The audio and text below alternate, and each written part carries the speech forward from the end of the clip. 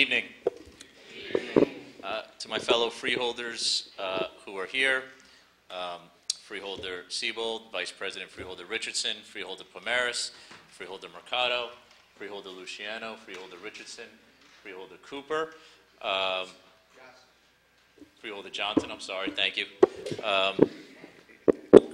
Cannot leave out Freeholder Johnson under any circumstance. To the representative from our county executive's office, to our constitutional officers who are assembled, good evening. It's my distinct honor and pleasure tonight as the president of the Essex County Board of Chosen Freeholders to welcome you on this momentous occasion as we swear in a new member to the board. As we all know, due to the passing of our longtime friend and colleague, Freeholder at Large, Lebby C. Jones, not only was a vacancy left in our hearts, but a vacancy was left on our board as well. And although we miss our friend, I know that you would want us to move forward to carry on the initiatives and the goals of this board. Goals and initiatives that she fought so dearly and so hard for. Therefore, it's in that spirit we are happy to do our best to honor her memory and to continue to put forth good governance. I believe it's befitting and in the interest of the board to introduce an Irvington resident to carry on in this at-large seat. And in this evening, I'm proud to introduce and welcome Ms. Romaine Graham to the Board of Chosen Freeholders as a freeholder at large.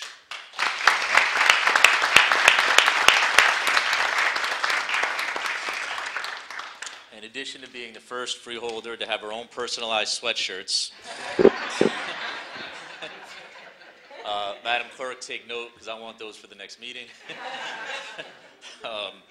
Ms. Graham comes to us highly recommended, and it is clear from her biographical sketch and those of us who know her from her work in the community that she has a proven track record.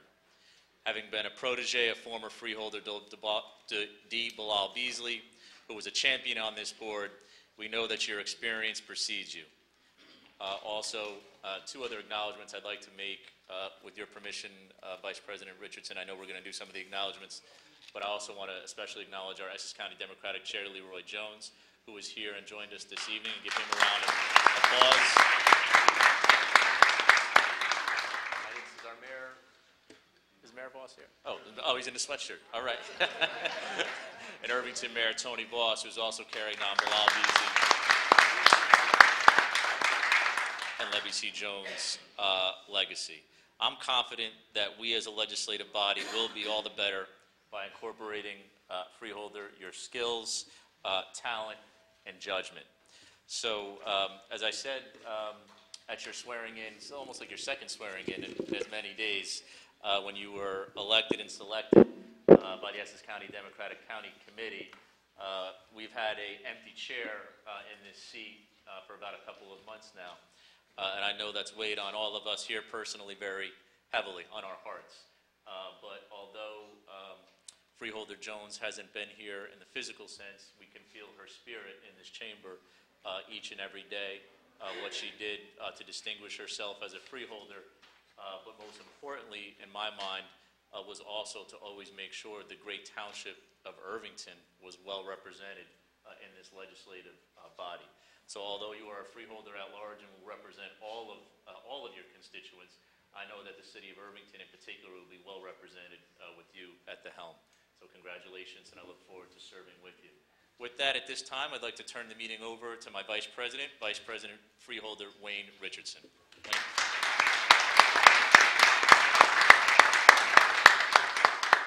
Thank you, President Gill. This evening, I am joined by my colleagues in welcoming our newest board member, and I will be sharing a little more information about her. But first, let me acknowledge some of the dignitaries who, despite the weather, took time to share with us today. And some of you have already been mentioned, others haven't. So, of course, I want to start off with the mayor, my friend of Irvington, Tony Voss. Council members, we got Cox, Vernon Cox is here. Councilwoman Renee Burgess. Councilwoman Dr. October Huntley. Councilwoman Sandra Jones. I hope I didn't miss anyone else, Council. We have our committee chairwoman, Annette Beasley. And of course, our chairman, Leroy Jones, who's been mentioned. I also want to mention Jackie Jones, Deputy Director of Human Resources. And again, I want to thank each and every one of you for being here today. Before I call Romaine Graham, let me just share a little about her. As you all know, I am District 2 freeholder, and Irvington is part of my district. I'm proud to say that I have had an opportunity to be acquainted with, to say the least, and to work with Romaine over the years. She was introduced to politics by the late, great Democratic Committee Chairman and Freeholder D. Bilal Beasley. She represents the North Ward 2nd District and serves as the North Ward Chair in Irvington. She works in the office of the Mayor of Irvington, and until recently, she was one of my aides, which I'm really proud. Yeah. She has received many awards and accolades, but I believe being a wife, mother, and grandmother are titles she holds dear. Please welcome our next freeholder, Romaine Graham.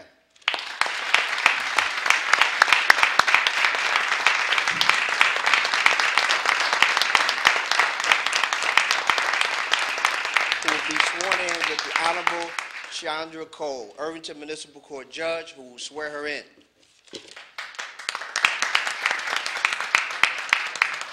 Chief Irvington Municipal Court Judge.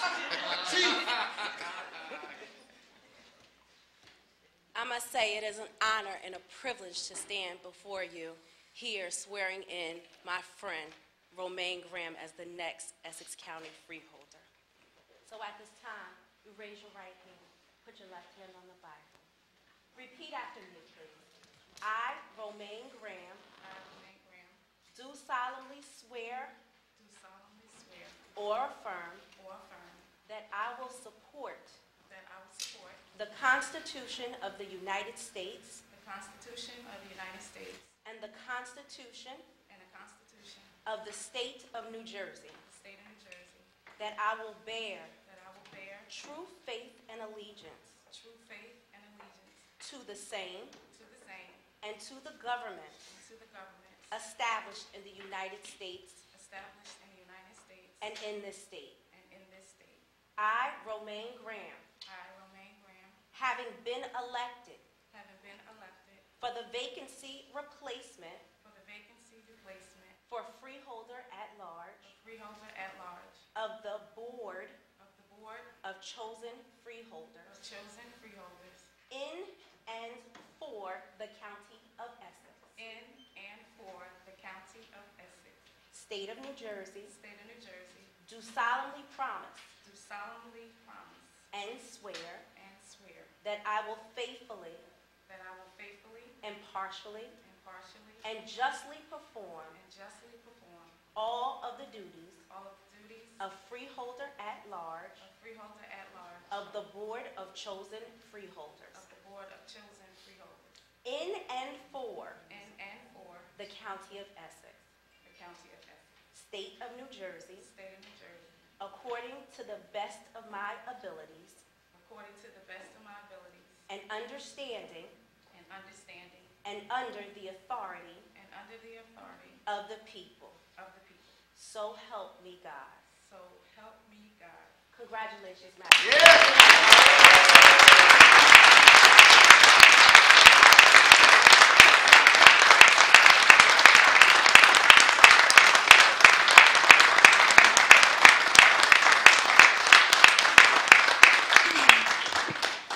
So, good evening. First, I want to thank God for this opportunity, and then I would like to thank our chairman, Leroy Jones, and his lovely wife, Jackie. I would also like to thank my mayor, Tony Voss. I also like to thank Chairwoman Beasley, I love you. My sister who's standing here, my dad is, I know he's here with me in spirit. He passed away. My mom is ill in the hospital, but my sister is here. My twins are here. And my whole team, Irvington Strong, please stand up.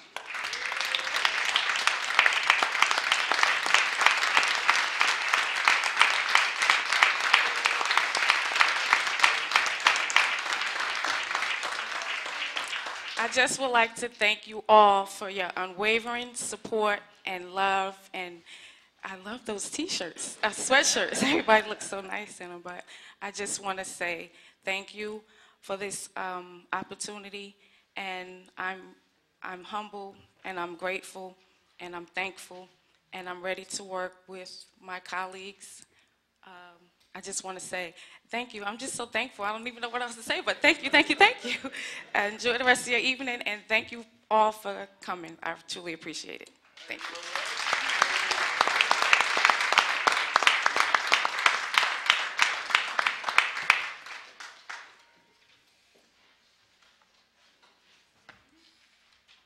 Congratulations again, Freeholder, Your Honor. Thank you so much for being here and performing the ceremony.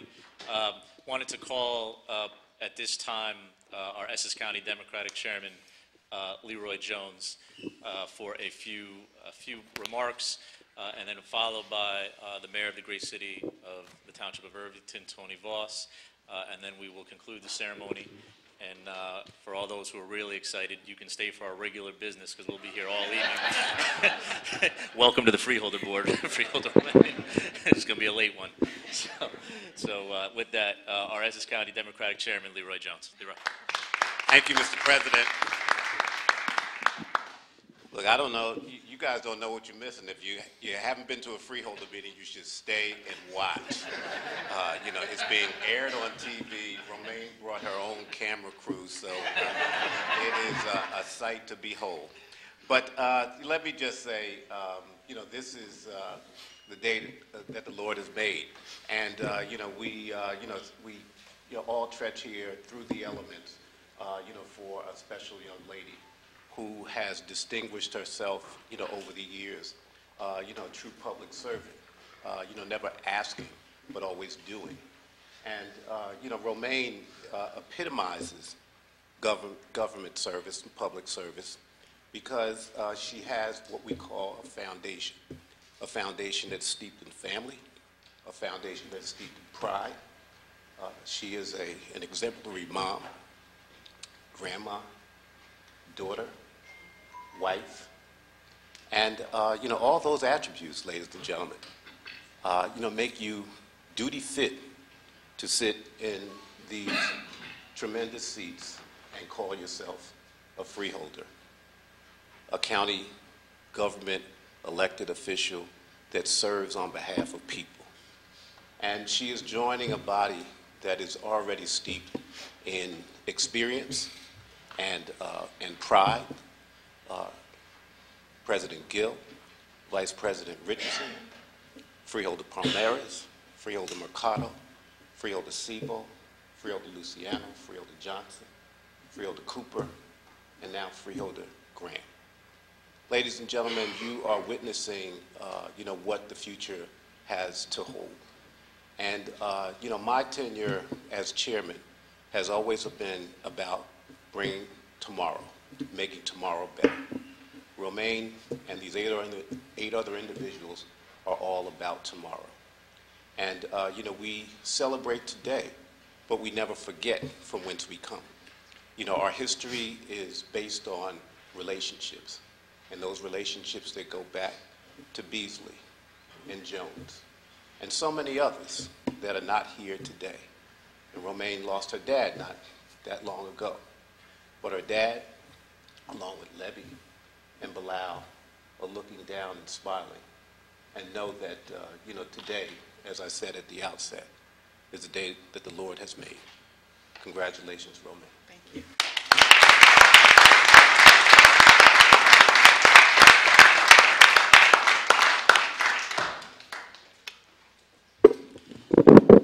Thank you, Chairman.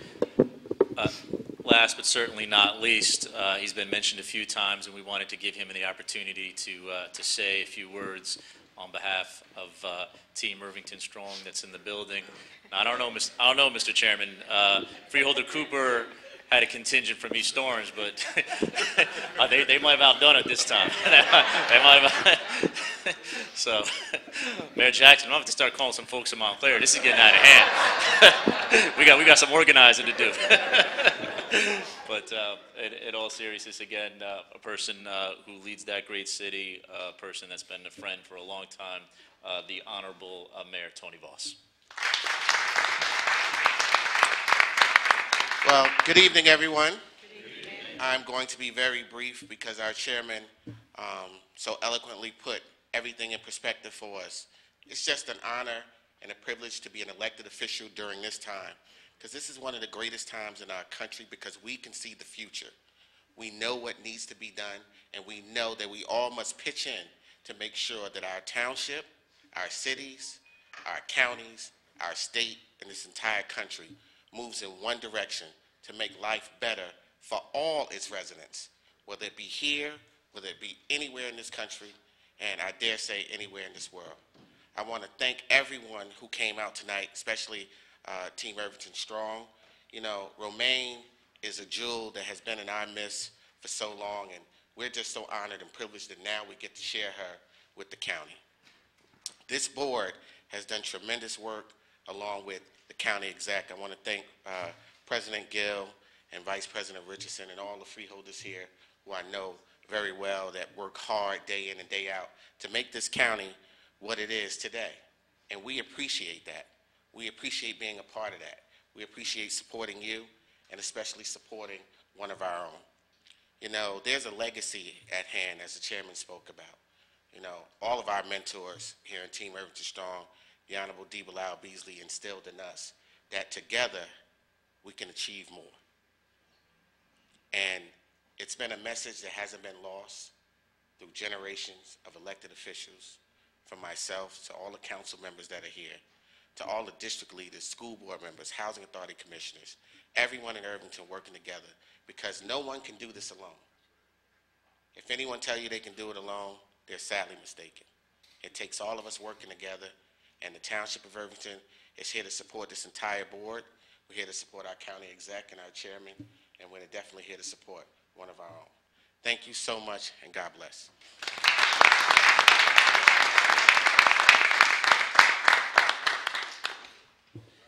Okay, thank you again, everyone, for being here with us tonight. We're going to take a 5-minute recess, and then we'll be starting our regular order of business meeting. So thank you again for everyone, and again, congratulations, Freeholder Romaine. All the best. Thank you.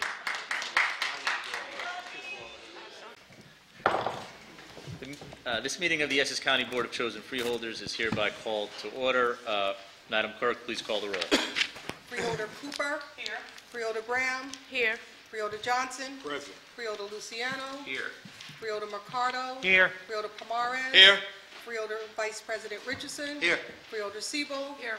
Freeholder President Gill. Here. Please stand for the salute to the flag. I'm going to ask that our newly sworn in Freeholder Graham lead us in the salute.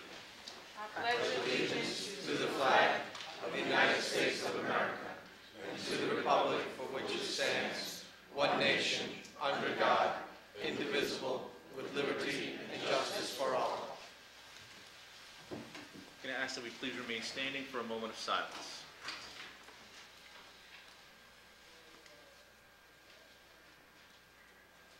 Thank you.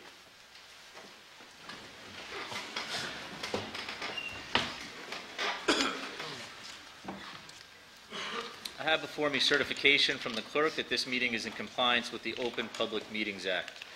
Madam Clerk, are there any transcripts to be approved? Mr. President, there are none. Madam Clerk, are there any topics of discussion? Mr. President, there are none. Okay, thank you. Let's move to the public comment session on agenda items. Tonight's meeting is a combined conference board meeting, and we will vote on every item on the agenda. So if there's any member of the public who would like to comment on any agenda item, please come to the microphone and state your name and affiliation for the record, and you will have 3 minutes to speak. Again, this is on agenda items.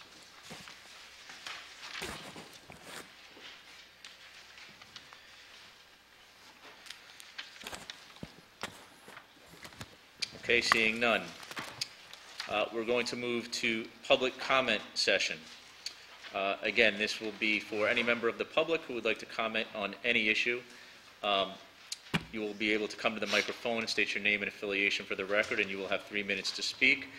To start off, before we start our public comment period in session, I'd like at this point in time to turn over the meeting to our County Administrator, Robert Jackson. Administrator Jackson.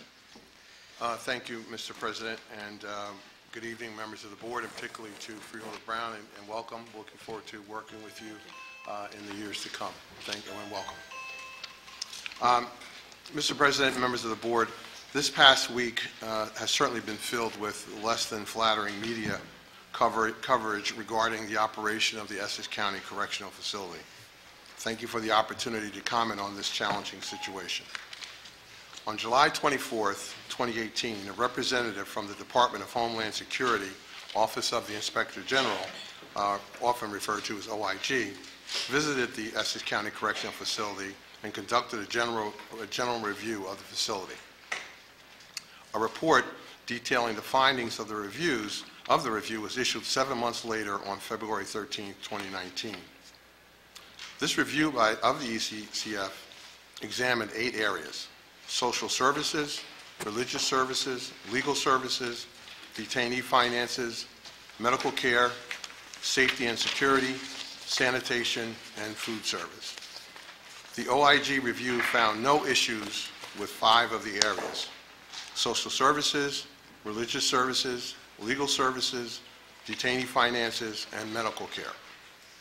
However, the OIG did make findings in each of the other 3 areas, i.e. safety and security, sanitation, and food service, that were disturbing and embarrassing to the corrections management. While the ECCF has a strong track record of accreditations and inspections, the findings were nonetheless unacceptable. I will address the findings, mitigating circumstances, and remedies for each area. With respect to safety and security, the OIG reported that in April of 2018, the facility failed to report to ICE that a loaded weapon was discovered by a detainee. The OIG based this finding on the comments of the detainee. I think it is important to stress that the OIG finding involves an incident that occurred 3 months earlier. Of course, the facility had already investigated and filed reports on the incident long before the OIG inspection. Those reports conclude that the weapon was found by a correction officer in charge of a detainee cleaning crew who turned the weapon over to the Armory Sergeant and submitted all required reports. No detainee was involved with or in proximity to the weapon. Moreover, upon the release of the OIG report, ICE interviewed the detainee, and he could not provide any information that contradicted the ECCF findings or the facility findings. The facility did not report the incident to ICE because no detainee was involved in the incident. Going forward, though, the facility will report any security incident to ICE, even if it is tangentially related to detainees.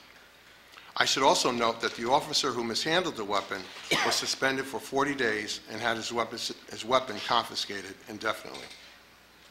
The second area is sanitation. The OIG made findings of worn mattresses, showers with peeling paint, and leaking roofs that potentially could create mold. The facility keeps an ample supply of mattresses. Inspections are conducted daily, and deficient mattresses are immediately replaced. With respect to showers, acrylic inserts are being installed now on shower ceilings, and proactive shower inspections have been increased to preempt mold creation. Internal and vendor staff have been reorganized to ensure that leaks are repaired expeditiously. The affected areas are continually checked after the repair to confirm the efficacy of the work and to monitor any mold development. When repair certainty is agreed upon, the area is repainted. As of February 26, 2019, the facility is in contract with a mold remediation and testing expert who will perform complete air testing. If any areas of concern are identified, the facility will initiate remediation immediately and perform regular post-remediation monitoring. Now with respect to food service. The OIG reported molded bread, packages of improperly defrosted chicken, and high levels of grievances detailing bad food. In response, the facility removed and replaced the entire food management team. All employees remaining were retrained and continue to be retrained in proper food handling and preparation. Starting this past Monday, random food quality testing of trays will be conducted throughout each week. In addition, the facility has engaged EchoSure to conduct monthly inspections of the entire food handling process, food holding, and preparation areas. For additional redundancy, an independent inspection team is being formed to inspect the inspectors. Finally, the OIG noted that there were a high number of food-related complaints filed between January and July of 2018. While the more contentious grievances were highlighted, they largely concerned portions and personal preference, e.g. more or less sauce, more or less chicken or beef. Also, please bear in mind that the 200 grievances noted were 0.4% of the nearly 500,000 meals served during the same period.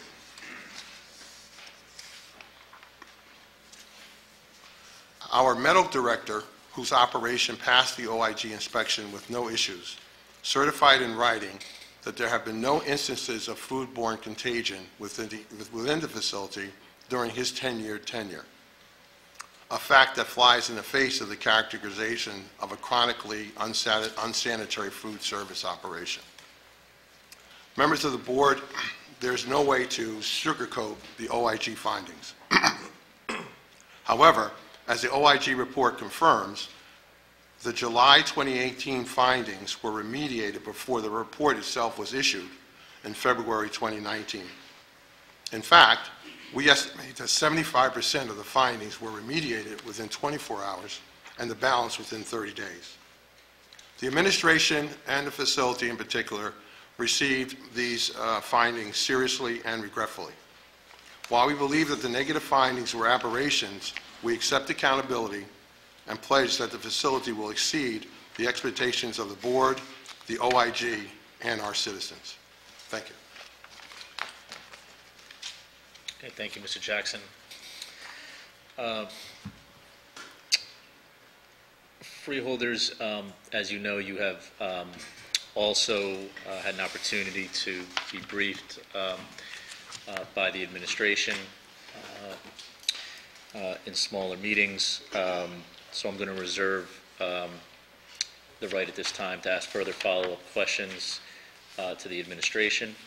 I'm also going to announce at this point in time that our penal committee and our ICE subcommittee, which is led by Freeholder Mercado and Freeholder Promaris and Freeholder Johnson, will be holding a public hearing on this report at a date to be announced, and we will make sure that we will do our best to make sure that that public hearing is at a time that both works for the officials from the administration who will need to be there and those in the advocate community who have, and our constituents who have expressed the desire for that. At this point in time, if there's any member of the public who would like to comment on any issue, please come to the microphone, state your name and affiliation for the record, and again, you will have 3 minutes to speak. Good evening. I'm just, as the community cat representative for Essex County. I'm getting my name known in Union County. I'm getting my name known in the state of New Jersey. And the reason why I am, because I'm an advocate for the community cats, as you are becoming. I'm glad to see that the Essex County is starting to put the community cats first. And after all, our director, Joseph DiVincenzo, who's doing an excellent job, parks, Turtleback Zoo, I know he's going to say, let's take care of those community cats, because he knows it's a problem and we can solve it. One cat in 4 years, 20,000. Now, we're not just talking about Essex County. We're talking about in every city, every town, every township. We need to get one team, as my Irvington family team would say, one team, one dream. I thank you from the bottom of my heart to have the compassion to see a cat that has been abandoned by someone to suffer on the streets, to starve, and also to die, etc., etc. I'm asking you, there's a committee supposed to be done. I'm hoping that tonight is the night that I hear good news, that we have a chairperson and a co-chairperson that wants to move forward, because we need to do positive investments in our community cats. You remember the history of Egypt. Egypt said, get rid of all the cats, and what happened? The rats brought them back, and I'm not talking about the two-legged ones. I'm going to end this with Dr. Martin Luther King's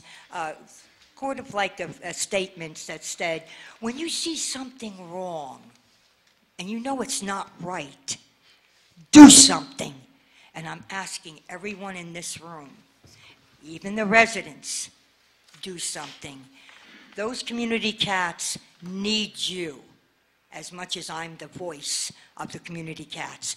With that in mind, thank you very much for your support, and I hope that my team, everybody in this room, will go out there and advocate and say, yes, she's right.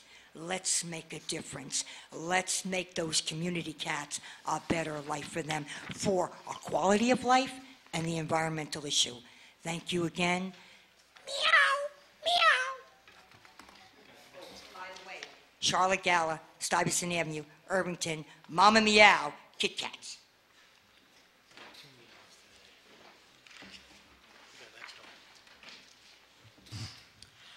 Good evening. My name is Mary Rizzo, and I'm a resident of Newark, New Jersey. And I came here tonight to speak about the ICE contract, as I have many times before. I came here pretty annoyed after having read the report last week and having now heard the response by the county manager. I have to say I am extremely angry. That response was a model of minimization and obfuscation. For those of us who read the report, who read the news articles about the report and about the conditions at the Essex County Jail, we read about how the food, there were meatballs served that smelled like fecal matter, that there were sanitary conditions that caused people to be ill on a regular basis. That the problem here is not these specific issues only, it is the fact that the system that was put in place to serve and protect the people who were being detained there failed in every possible way. And the problem, therefore, is not just one simple example or one incident, but this entire system. Secondly, I want to say that we are here to talk about the immigrants who are being detained there. But I also want to remind everyone that there are people who are incarcerated in that jail as well, who are experiencing the same conditions, and that is immoral, and it is not living up to our values as a county and as a country. And Michelle Alexander has called mass incarceration the new Jim Crow, and I want us to remember that immigration detention is mass incarceration, and mass incarceration is immigration detention. We cannot separate the two. I am very happy to hear that there will be a public hearing, and I will certainly be there, as will my colleagues and comrades. But I want to say that we are not here to advocate putting a bandage on this issue. We certainly don't want people living in the conditions that were described, but we don't want to just fix up the facility so that we are keeping people in gilded cages. That is not the answer. What we are asking for are two things. We want the county to take a significant proportion of the profits that it is receiving, profits that are made through cheap management of this facility, and use them for legal services for detainees. 30 seconds. Secondly, we want the county, as we have asked for many times, to end its contract with ICE, to create a plan to end this contract in a way that does not cause any more burdens or harm to immigrant families. Those are our demands, and I look forward to hearing more and to participating in the public hearing. Thank you.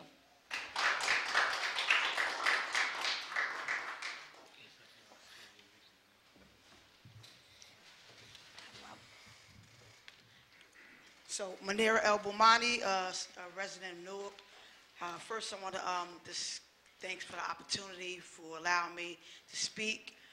because they say we come here, and we just come here, we go to city meetings, and we don't come here, and when we come here, we more professional. But I'm here to say this because you listen, and y'all are more professional to us, so that's when you reciprocate that, you get that back in return. So the issue with the county, as a prison advocate for over 25 years, I'm here to say that the inhumane conditions at the county is nothing new, okay? Based on the reports, these are the same treatments. This is a systemic problem going on within the county jail, and the reason for it, for all these many years, is because there's no oversight. So I hope what come out of this hearing and what come out of this whole situation that's been going on for so long at the county, on the county level, I hope there is somebody in place to do independent oversight under inhumane conditions that's going on in the county jails. I hope something good come out of it. I'm here today to stress my concerns about the disparities on the Essex County level. It is totally disgraceful under 22 municipalities, Essex County, Newark, Irvington, Orange, East Orange, and Montclair have the highest disparity rates amongst African American women and men. Totally unacceptable to have leadership, predominantly African American and Latinos, to be on a city level and on a county and the state, to have the disparity rates that's happening within Essex County in those counties. Those cities. Unacceptable. We have the highest poverty rate as African Americans, the highest unemployment rate, the highest foreclosure rate, redlining. It's so much that I could talk about that's going on in this county of Essex. But 30 seconds. These 5 cities, somebody really need to take heed as to those reports. We keep having reports on each level. The lack of local contracts for African American men and women, unemployment, and we need somebody to come up with a plan to address the racial disparity against African Americans in this community. Unacceptable. You can walk right out here. The high homeless rate is unacceptable. Madam, time's up. Thank Something you. needs to be done. Black and Latino elected officials and those who care about humanity. Something needs to be done. And that's what I want to say.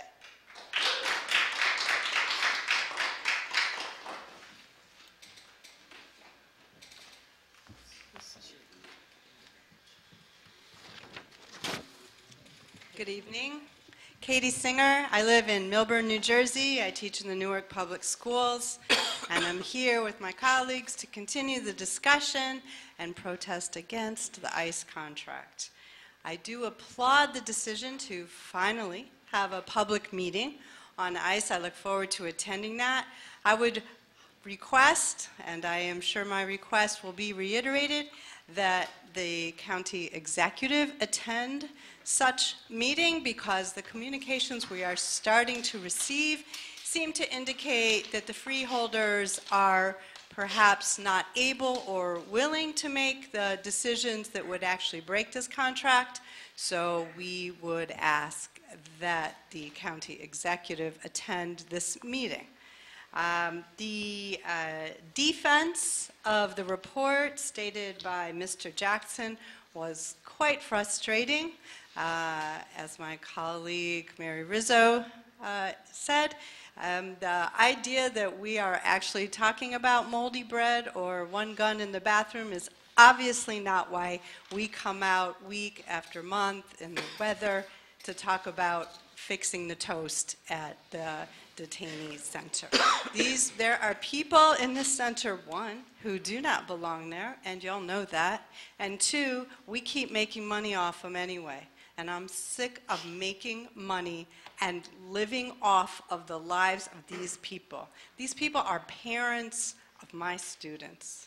It is killing me that this continues to happen, and that at these meetings, I was trying to explain to somebody, yes, we get up and talk, and we are met with cold stares. There's no discourse. There's no exchange. This doesn't feel democratic to me, and I say democratic with a small d.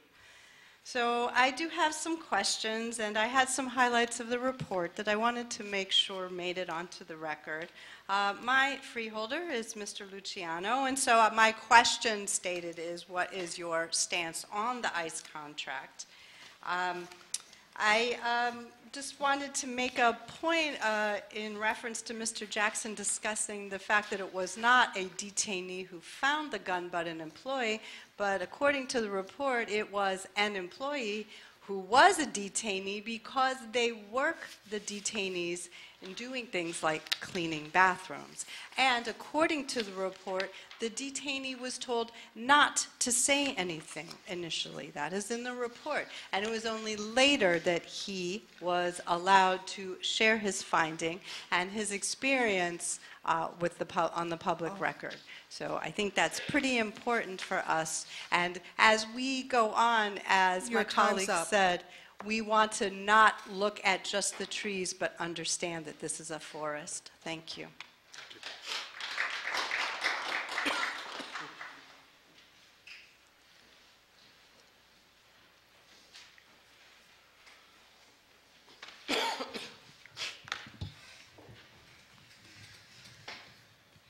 Good evening. Welcome, Freeholder Graham. My name is Yael Weber. I'm an Essex County resident. I am here once again in protest of the ICE contract. I'm sure you have all seen the report at this point. Did you all know about this back in July? Because you've been telling us, and you've been telling everyone, that the conditions are fine, that we need to keep these contracts because we need to keep people here where they're in good conditions, where they're getting access to services. And you can't say, after we have report after report come out, and now this is not an immigrant rights advocacy group. This is DHS that's coming in. These are the people who are like cool with family separation that's coming in, and they're looking at this and they're saying, this is disgusting, this is inhumane, this is unacceptable, and you can't throw out the moldy bread and buy a new mattress and say, okay, it's fine now, we've solved the problem. That doesn't solve the problem. The problem is that these conditions were never okay to start with. And I've heard multiple freeholders say to me, I've been there and I've seen the conditions and it's not that bad. But I ask you, if you were in my position and you were deeply concerned about the rights of immigrants and of incarcerated people, and you saw multiple reports from outside groups detailing conditions that are unacceptable, and you saw a report from DHS detailing these conditions, and then somebody said to you, oh, no, no, no, it's fine, would you really think that it was fine? Would you listen to that and think, oh, no, it's probably okay, everybody writing these reports is probably lying and making stuff up? It doesn't work that way. There's documentation of this. There's photographs. We are making ourselves feel better about this contract by saying we're doing this better than other people, and if we are, that's pretty pathetic. We need to move towards ending this contract. We need to, in the meantime, allocate whatever funds we can to providing legal support for people who are incarcerated there and who are at risk of incarceration but not yet incarcerated. And I look forward very much to this meeting. I do hope that the county executive is there as well. I look forward to continuing the conversation.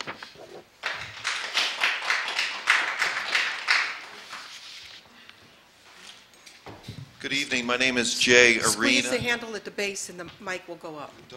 Can you stop the minutes here? We'll give you the extra. What do you have to do with this? Just thing? squeeze the handle. There you go. That would help. I appreciate that. My name is Jay. Could we go back and give me the 15 minutes? We'll give it to you. My name is Jay Arena. I live in Newark, New Jersey, and I'm a member of the Jobs and Equal Rights for All campaign. And I'm here to give a report back on the findings of the inspection of the ICE concentration camp in Essex County conducted by the Office of Inspector General, the Trump administration. And these findings that were not covered by this whitewash that we were just given here at the beginning of the meeting. Look, here are the highlights. Inspectors found raw chicken leaking blood all over the refrigerators, which also contained slimy, foul-smelling lunch meat that appeared to be spoiled. Despite the risk of serious foodborne illnesses, inspectors observed staff serving the potentially spoiled meat to detainees. During dinner services on the day of the inspection, detainees were fed foul-smelling and unrecognizable hamburger. The bread was no better, was moldy. Detainees themselves said the facility's food caused vomiting and diarrhea, prompting most inmates to purchase food from the commissary. Between January and July 2018, detainees filed 200 kitchen-related grievances. For dinner, they said they were served meatballs that smelled like fecal matter. Deplorable, deplorable conditions. But look, this is nothing new.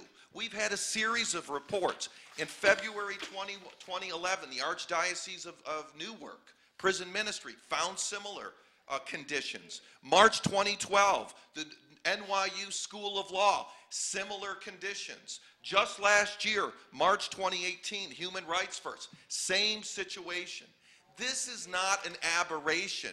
This is the direct result of a blood money contract designed to gain as much revenue, as much blood money as possible, and to maintain this concentration camp to terrorize all immigrants and all workers.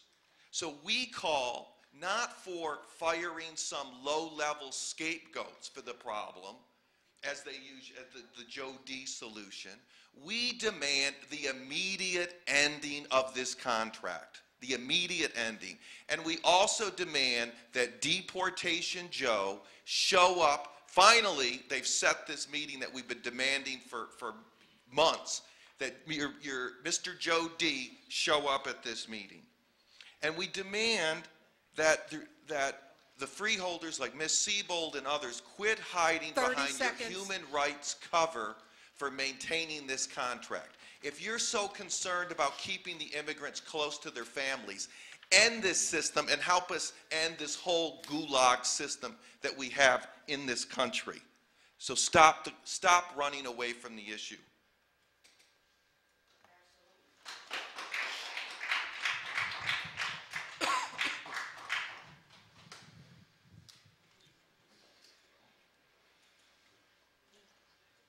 Good evening, freeholders. My name is Serge Demefak. I am with the American Friends Service Committee. I work specially on detention issues. I first of all want to start by congratulating the new freeholder, Ms. Romaine Graham. Congratulations on your work. And this is not to spoil your party. It is how it goes on here. There are issues and we have to talk about them in public. You know, we all saw the news. We know what's happening in other counties, but we believe that this report needs to be taken very seriously. And I want to also correct Mayor Jackson, who's my mayor, by the way, that fact is incorrect. Someone employed by the jail who is a detainee, because it's a culture, found the gun. You know, it wasn't something that was found by another officer. And that's why the issue was so important that it was not good to put into the report. And if the Trump government comes back and say, this is not good, you know, the same government that's giving you all the contract, you have to take it very seriously. Now, American Friends Service Committee is again any form of detention. Even though we provide legal services to, you know, to most of the immigrants who are detained here in New Jersey, we believe that the ultimate solution is to stop detaining immigrants. And I heard the great word of the mayor of Irvington. He mentioned how we can all work together. But I want to see that happening here in this room. I want to see you putting together, you know, this sort of oversight, independent oversight, because you cannot be detaining people and also control yourself. It's impossible. That's why you have in the government three different powers: the people who make the rules, those who apply, and those who sanction. We have to do that here too. We need to have a system where we can have an independent oversight where maybe one of you can be included, member of the civil society, member of immigrant groups, to show this community of immigrants in Essex County that you care about them, because we don't see that signal. We've seen you, you know, kind of cajoling the issue. I've come here, tried to talk with the then former president of the Freeholder Board, you know, Ms. Timberlake, but she told us, no, we're not touching that. We're going to put a lot of people out of job. And that's exactly what this county is doing. We are continuing to maintain the correction officer at their jobs because we know since the bail reform, a lot of correction officers should have gone home. But how are we paying them? Because the majority of these are now immigrants. 30 seconds. I want to say, when we're looking at this, let's look at the way we structure our budget. Our governance system, we cannot run a county with immigration money. Thank you very much.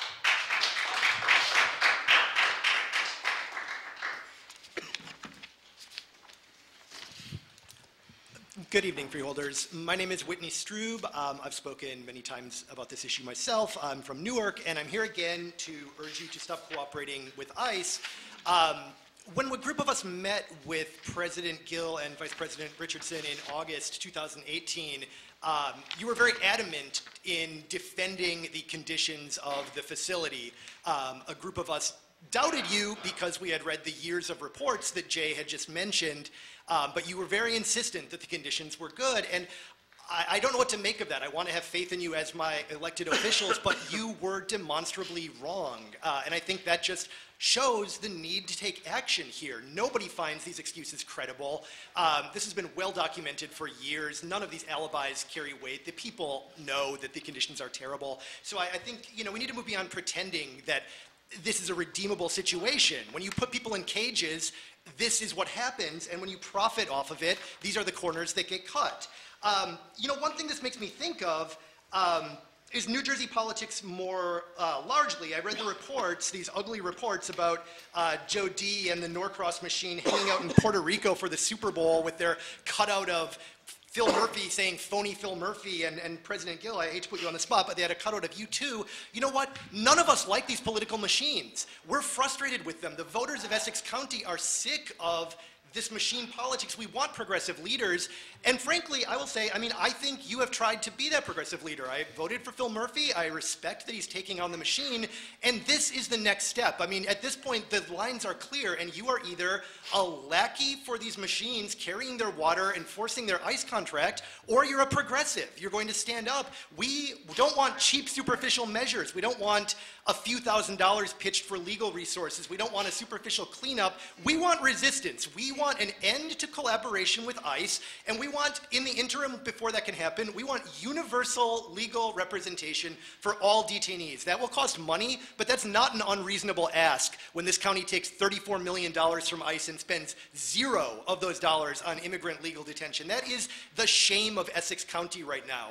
And so I'm asking you to find a phase out that respects the detainees who are there. We don't want to see them shipped away. We need the AFSC and these other groups at the front line of that negotiation, but we need to stop this collaboration and not take pathetic, face-saving PR moves. We need substantive immigrant rights in Essex County. We need resistance, and this really is, I think, a decisive moment where you have to make some hard choices. We've sang in this room, which side are you on? But that divide has never been more clear than right now. So stand up for the grassroots progressive Democrats of New Jersey. We want your leadership. Thank you.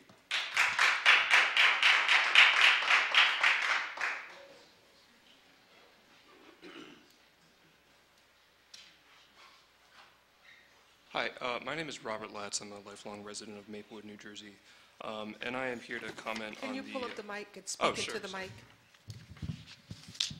Yeah, I'm also here to comment on the recent DHS OIG report and the ICE contract, and I've just prepared some words here. And I would just also preface this by saying that these views and opinions are mine alone, and they don't reflect those of any organization that I'm a member of or any organization that employs me. And so I would urge you all to consider the following 3 steps that I think you could take in reaction to, or in light of the recent report. The first one is strong independent oversight of the Essex County Correctional Facility. As other people have already stated, we need independent oversight of the jail. And it's obvious now. We just can't take your word for it anymore after, I don't really need to say any more. And there are a number of critical issues that I think deserve oversight, including medical services, monitoring staff behavior, the use of solitary confinement and ADSEG, food quality, of course, at this point, and improving spaces for attorneys to meet with their clients, as well as making sure that clients have access to their personal property for the purposes of discovery on their immigration cases. So that's point number one, is independent oversight of the jail. Point number two would be to appropriate funds for universal legal representation of all immigrant detainees at the jail. I think it is particularly troubling for you to consider the fact that some of the detainees that are in ICE custody at the jail some of them at least are Essex County residents. So if you are here, profiting off of their detention and the violation of their constitutionally guaranteed rights, as we know that the immigration system as it functions now is systematically violating people's rights. It's a very abusive system. Don't need to get into those details right now, but you really need to take a side on this, and not paying any money for legal representation at this point is taking a side, and it's just complicity with Trump and the deportation machine. So that's point number two, is appropriating funds for legal services for immigrant detainees at Essex County Jail. And the third point is to look into putting a cap on the number of detainees that are allowed to be detained. 30 seconds. Thank you.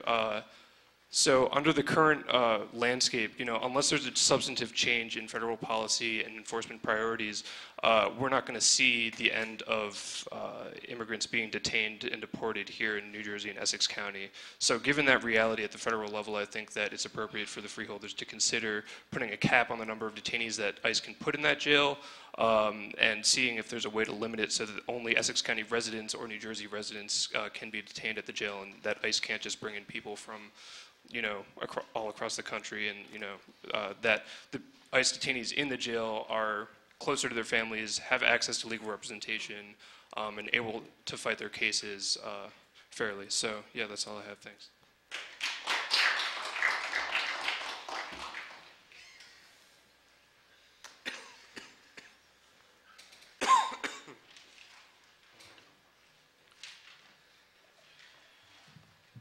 Hello, freeholders. My name is Avez Kazi. I'm from Newark. I came here a month ago, and I addressed my concerns about this ICE contract as well, amongst some of these other people. I received a response from President Gill, and the response mentioned that all people are entitled to human rights, to dignity, and equal protections under the law. After reading that OIG report, I don't believe that's the case of what's happening in these detention centers. And if you truly believe that, I believe that it's important to take action on what is happening. Because what we've read is, first of all, it does not abide by human rights. No human should be subject to living in those conditions. No human should be confined in that sort of situation. And it's just disgraceful to see that this is happening right in on our doorstep. So if you truly believe that, then you should take action. Another point that you mentioned in that response was that this is one of the biggest issues that a lot of people have been bringing up to you. If that's the case, I think instead of just holding a public hearing on the OIG report, we should hold a public hearing about the contract in its entirety. Do the people of Essex County support this contract? Do they support this action that is being taken right now? Because if this is a concern and if this is a big problem that is being brought to you time after time, then why not get the input of the people that live in this community, the people that elected you guys to office, and make sure that you are on the same page with them? Because I strongly believe that a lot of people are not going to be on the same page. A lot of people don't want to see us get $34 million from ICE. A lot of people would rather have us raise money in moral ways. This is blood money. This is money that's coming from locking up people and treating them in the worst ways possible, in ways that I would never think that America would be accepting of. I'm an immigrant myself, and I'm from a country that has human rights issues. I'm from Pakistan, and my family moved to the United States because we believed that America treated people better than back in Pakistan. And from what I read in this report, that is not the case right now. So if you truly believe that this is the biggest issue that you guys are facing and that a lot of concerned citizens are addressing it, then have a public hearing, not just on this report, but have a public hearing on this contract in general and get people's input on what they believe is the best course of action. That's all I have to say. Thank you.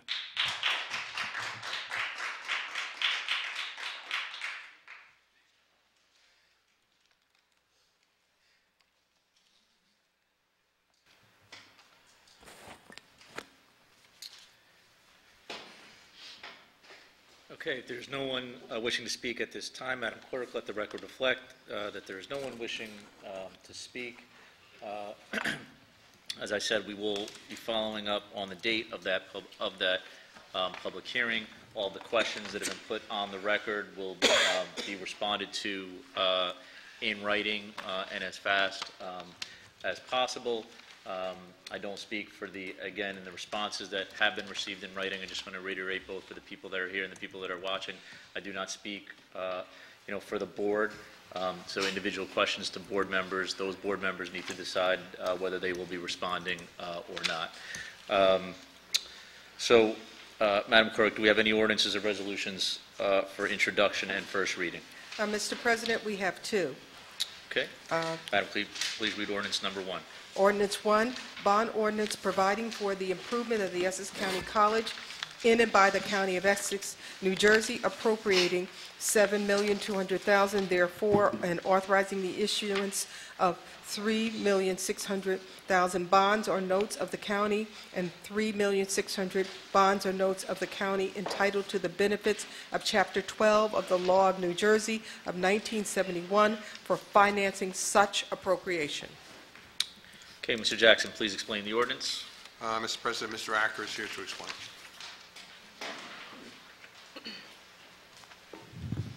Thank you, Robert. Good evening, members of the board. Mark Acker, Director of Administration and Finance. The $7.2 million is, as Robert explained, is the bond ordinance for the county college. It's fiscal year 19, which is July of 18 to June of 19. The state pays $3.6 million. That's the Chapter 12 reference. The county pays $3.6 million. And we will sell the $7.2 million this year when we do our annual financing in August. There's two major projects. It's in the ordinance. If there are any questions, I'll certainly entertain them. Thank you. Mr. Parlavecchio, do you have any questions or comments? Just a question. I think this may have been brought up when we discussed this at leadership. Of the $7.2 million, half of it is being paid for by the state, correct? Is that the state handling the debt service on it? Or how's that being paid? During the leadership, I did explain what will happen is we will sell the $7.2 million. 3.6 of it will be the responsibility of the state, and the remaining 3.6 is ours. We will produce a debt service schedule for the 3.6 that is the state's, and it's the same as our 3.6, the debt service schedule. We'll send that to the Office of Public Finance and State Treasurer's Office, and they will make those payments on that $3.6 million in debt. Right, so they pay it directly? They do. Okay, good. Thank you. Mr. McInerney. Mr. President, the only other item that bears some recognition that the closing costs on this are listed in here, and they're estimated to be approximately $600,000.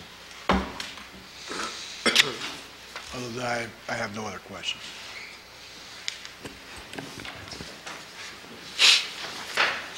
Okay. Freeholders, do you have any questions or comments? Freeholders, do I have a motion and a second to move the ordinance? I'll move it. Moved by Freeholder Seabold. I'll second. Second by Freeholder Mercado. Roll call, Madam Clerk. Freeholder Cooper. Yes. Freeholder Graham. Yes. Freeholder Johnson, absent. Freeholder Luciano. Yes. Freeholder Mercado. Yes. Freeholder Pomares. Yes. Freeholder Vice President Richardson. Yes. Freeholder Seabold. Yes. Freeholder President Gill. Yes. So moved. Thank you, Madam Clerk. Please read ordinance number 2. Ordinance number 2, bond ordinance providing for the new Dutch Lane Bridge replacement project in and by the County of Essex, New Jersey, appropriating $2,365,000 and therefore authorizing the issuance of $2,250,000 bond or notes of the county for financing such appropriation in connection with a loan from the New Jersey Transportation Infrastructure Bank. Okay, thank you, Madam Clerk. Mr. Jackson? Again, Mr. Acker.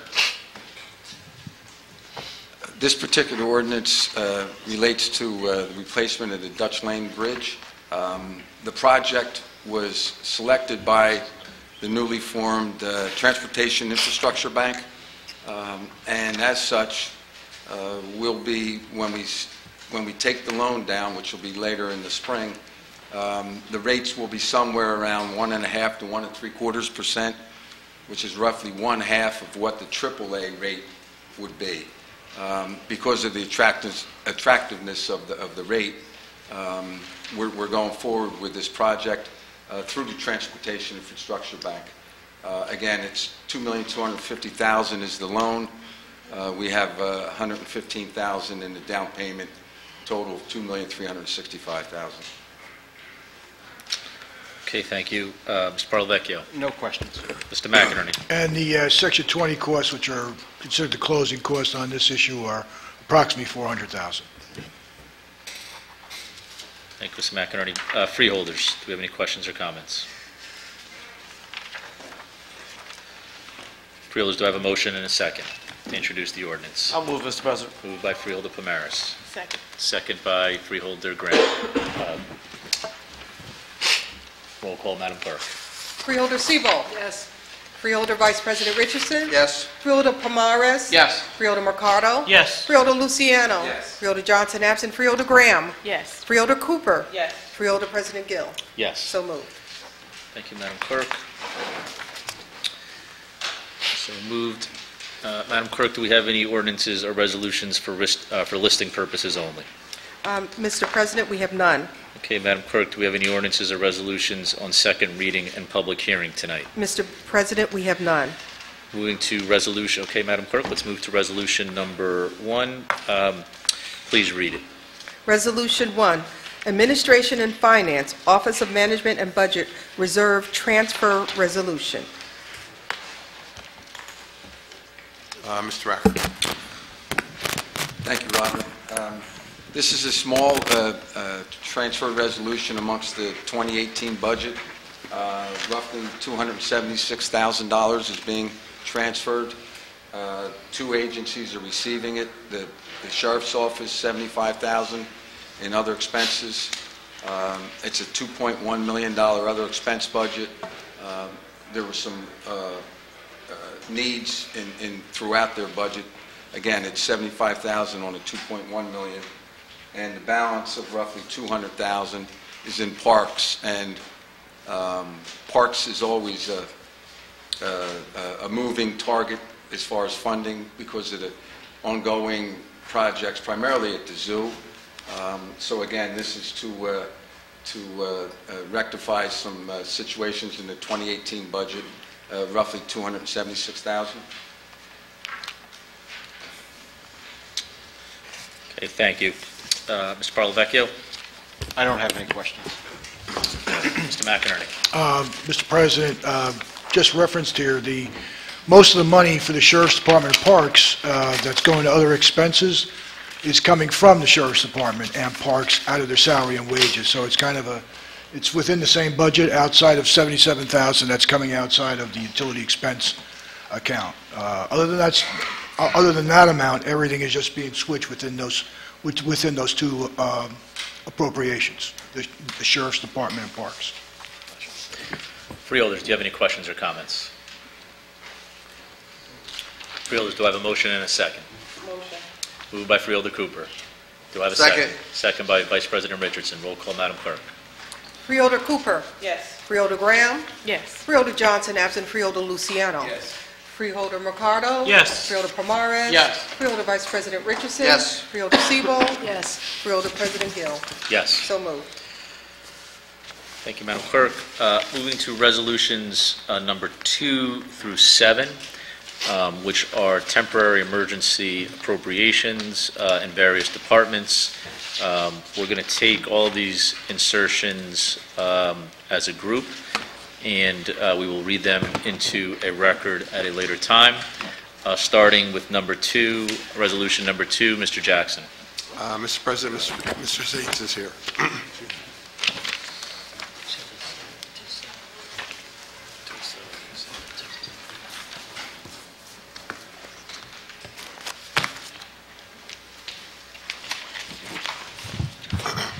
Joshua Zates, Essex County Parks. Resolution number 2 is a grant from Rutgers Newark in the amount of $1 million, which we will use to fund an improvement over at a baseball field in Weequahic Park. This will be the home field of Rutgers once the construction is completed. It's currently in the design phase, and then once it's designed, it'll go out to bid, and we will certainly come back to the board with that contract.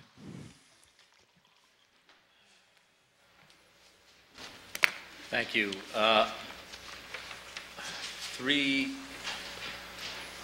Number 3, please. Mr. Jones. Number 3 is a grant of a temporary appropriation, as you mentioned, Mr. President, for aging services in the amount of $5,033,000 or $33,047. This provides in-home support, access, and community support for nutrition services. 10% of the funds go to administrative costs, and includes for us a cash match of $154,000.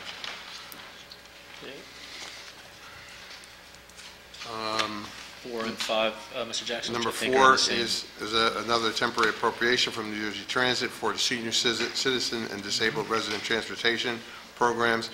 This provides for non-emergency transportation for seniors and disabled residents, taking them to food shopping, nutrition sites, eating dialysis, social and recreational events, and education. And there's no match required for this particular grant.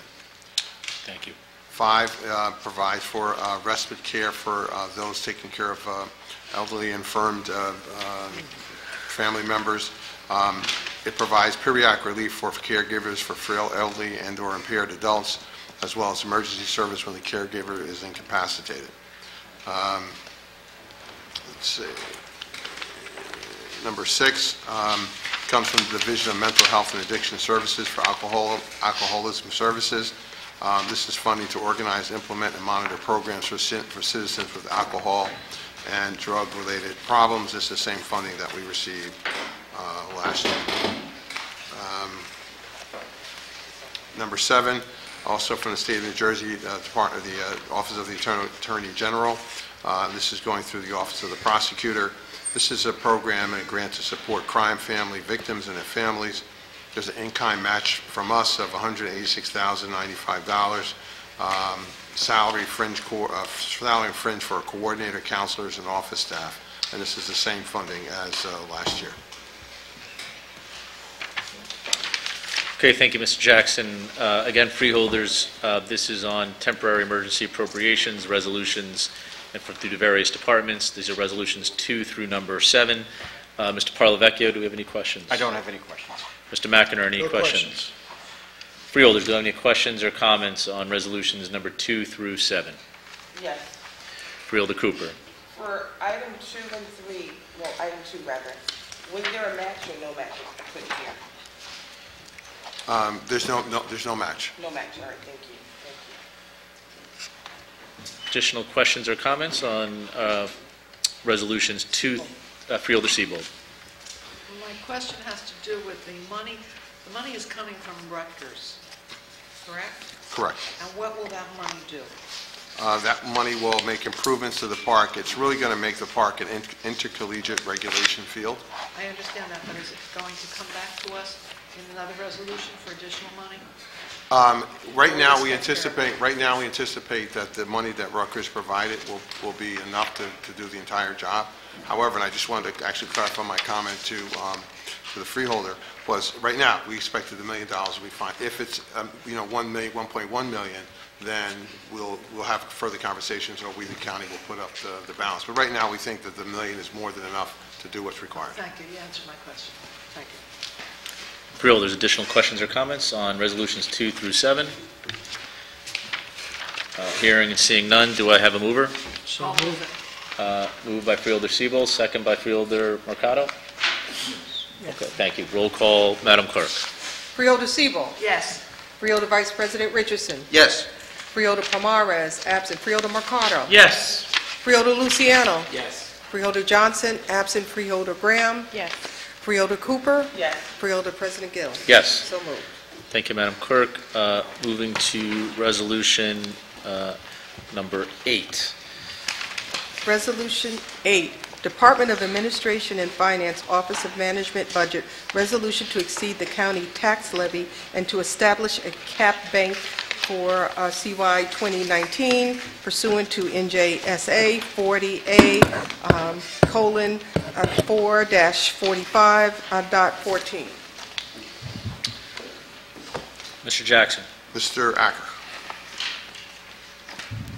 Again, thanks, Robert.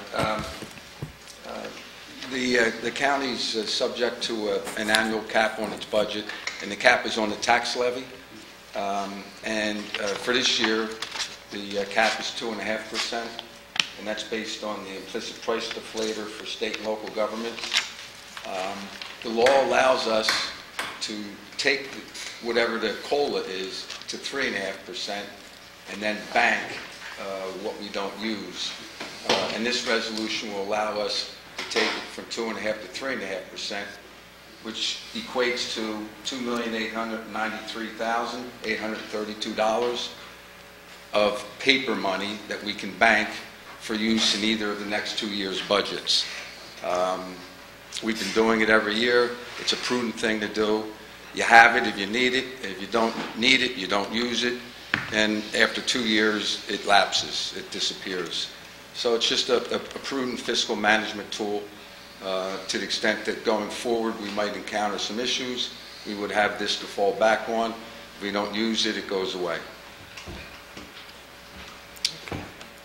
Mr. Parlavecchio? I don't have any questions. Mr. McInerney? Just another way of explaining it is if you, next year, if we took our tax levy up to cap, where we couldn't increase it anymore, we could increase it by this amount in addition to the normal cap.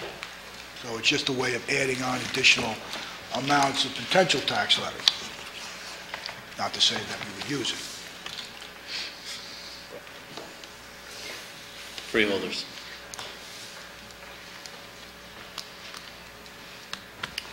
So, through you, Mr. McInerney, just again to reiterate, this does not mean we're going to necessarily do that just because it's the option. It's optional. It's always prudent to have it there just in case of an emergency. Instead of, no, it's just a bank and it hangs out until such point. It's an authorization to spend, to increase by an additional amount. It is not additional money. It's just an authorization to increase by additional amounts. Okay. Freeholders, additional questions or comments? Hearing and seeing none, do I have a mover? Move it. Moved by Vice President Richardson. Second. Second by Freeholder Mercado. Roll call, Madam Clerk. Freeholder Cooper. Yes. Freeholder Graham. Yes. Freeholder Johnson, absent. Freeholder Luciano. Yes. Freeholder Mercado. Yes. Freeholder Pomares, absent. Freeholder Vice President Richardson. Yes. Freeholder Siebel. Yes. Freeholder President Gill. Yes. So moved. Mr. President, Yes. may I add something to that? Sure. I just want to make a point that that budget, if you're going to increase the taxes beyond the cap, would still have to come back to the Board of Freeholders for approval. Thank you. Moving to resolution number 9. Resolution 9, Department of Administration and Finance, Office of Management and Budget, introduction of the 2019 County of Essex budget. Thank you, Madam Clerk. Mr. Jackson. Mr. Acker. The budget that stands before the freeholders tonight totals $767,400,000. That compares to the budget that the county executive presented back in early January of $761,550,000. The difference is $5,850,000, and essentially that all relates to our grant program. Last year's grant program at this juncture, when we introduced in February, was roughly $29 million, and this year it's a little under $35 million, the difference being $5,850,000. The tax increase is the same as when the county executive presented the budget. It's a 0.5% increase. The 2018 levy was $430,625,000. The 2019 levy is projected at $432,775,000. Not a whole lot of highlights or lowlights in the budget. It's just basically a maintenance budget. But again, if you have any questions, obviously I'm here to answer. Okay, Mr. Colavecchio. I don't have any questions for Mr. Acker. Mr. McInerney. The only unique feature really in this year's budget is that the county is attempting to start to appropriate in the current budget capital improvements. So in this year, there is the construction of the garage, and I believe it's $14.5 million, is being financed through the operating budget. In addition, approximately $2.5 million is being sent over to the general capital fund through the capital improvement fund in order to fund capital ordinances there. So there's almost $17 million of capital improvements that are being funded through this budget, and that's why there's an increase really of the surplus anticipated from $25 million to $44,500,000. That differential is there to pay for those capital costs. As you know, we've had our budget hearings. We went through this budget, all the departments, as well as the revenue items. We found that the revenues are achievable, that they, in many cases, do not exceed the realized cash in the prior year. We've gone through the appropriations. We did have some adjustments, but beyond that, again, as was stated earlier, it is a nominal increase of one half of 1%. So at this point in time, that's all I have to say, Mr. President, with regard to this. Okay, thank you, Mr. McInerney. Freeholders, questions or comments? Again, to reiterate, we did have 2 nights of budget hearings where all the departments came before the board.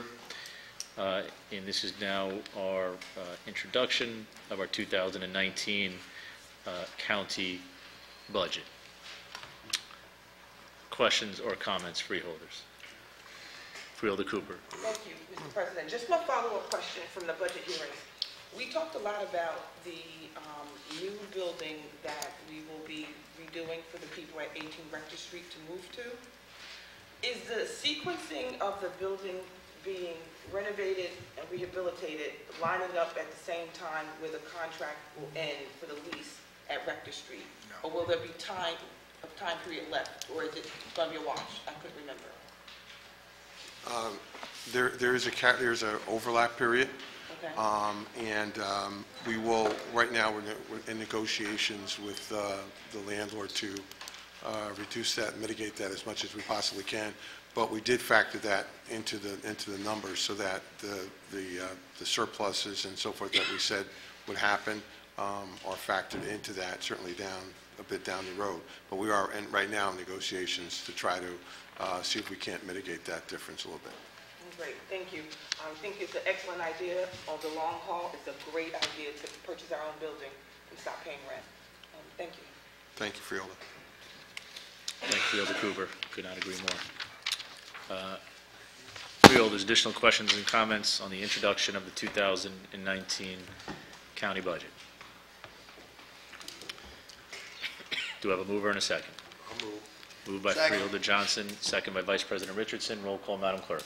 Freeholder Sebo. Yes. Freeholder Vice President Richardson. Yes. Freeholder Pomares. Yes. Freeholder Mercado. Yes. Freeholder Luciano. Yes. Freeholder Johnson. Yes. Freeholder Graham. Yes. Freeholder Cooper. Yes. Freeholder President Gill. Yes. So moved. Thank you, Madam Clerk. Resolution number, excuse me? Sure. Thank you, Madam Clerk. The annual budget of the County of Essex for the fiscal year 2019, be it resolved that the following statements of revenue and appropriations shall constitute the county budget for the year 2019. Be it further resolved that the said budget be published in the Star Ledger in the issue of February 26, 2019. The Board of Chosen Freeholders of the County of Essex does hereby approve the following budget for the year 2019. Notice is hereby given that the budget and the tax resolution was approved by the Board of Chosen Freeholders of the County of Essex on February 20th, 2019. A hearing on the budget and tax resolution will be held at the South Orange Performing Arts Center, 1 Sopak Way, South Orange, New Jersey, on March the 27th, 2019, at 7:00 p.m., at which time and place objections to said budget and tax resolution for the year 2019 may be presented by taxpayers or any other interested parties. Okay, thank you, Madam Clerk. Moving to resolution number 10, which has been withdrawn by the administration. Moving to resolution number 11. Madam Clerk.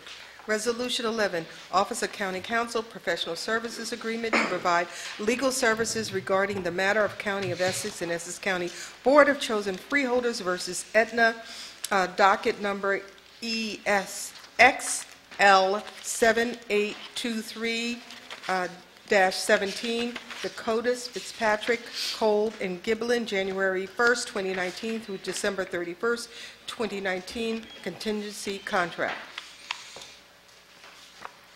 Okay. Thank you, Madam Clerk. Mr. Parlavecchio. I'm sorry, Mr. Jackson. Excuse me. Thank you, Mr. President. Ms. Gassion is here to address this item. Good evening, Courtney Gassion, Essex County Council. Mr. President, this is a professional services agreement to provide legal services in a litigated matter that the County of Essex is a plaintiff in. The county has filed a litigation against their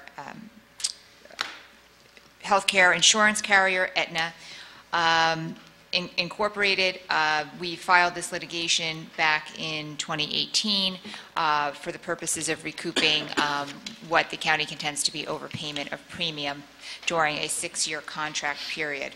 As indicated in the resolution, this was originally a contract for $50,000 for the calendar year of 2018. In November of last year, as the case moved to litigation, it became a contingency contract, which is what we are under now. So this will remain a contingency up until the time the case either settles or goes to trial. And that means that the firm that is representing us in this matter, the Dakotas Law Firm, will only recover any future or recoup any future award or settlement in this matter as it gets resolved. The contract is for a period with Dakotas for January 1st, 2019 through December 31st, 2019. And the Office of County Counsel is requesting that the board approve this second year of contract with the outside counsel firm.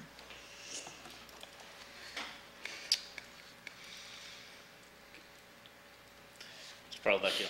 Yes. Mr. President, generally this board is asked to approve cases in which the county is a defendant. So this is the rare occasion where the county is pursuing a claim. And in that position, the board, at prior meeting and during leadership, had some questions about the strategy, the litigation strategy that was being pursued. And County Counsel did follow up with me and provided me a memo, I think prepared in conjunction with our outside counsel who has been representing us, and did present reasons which I found acceptable for some of the tactics that were taken. I don't know if you have any other questions. There's some things we can talk about. Since it is litigation strategy, I would want to be somewhat circumspect on the record, but if there was any deep questioning on that, we could go into executive session. As I said, it was sound legal reasoning for the decisions to proceed in the case in the way in which we are proceeding. Mr. McInerney. I have no questions. Freeholders, questions or comments?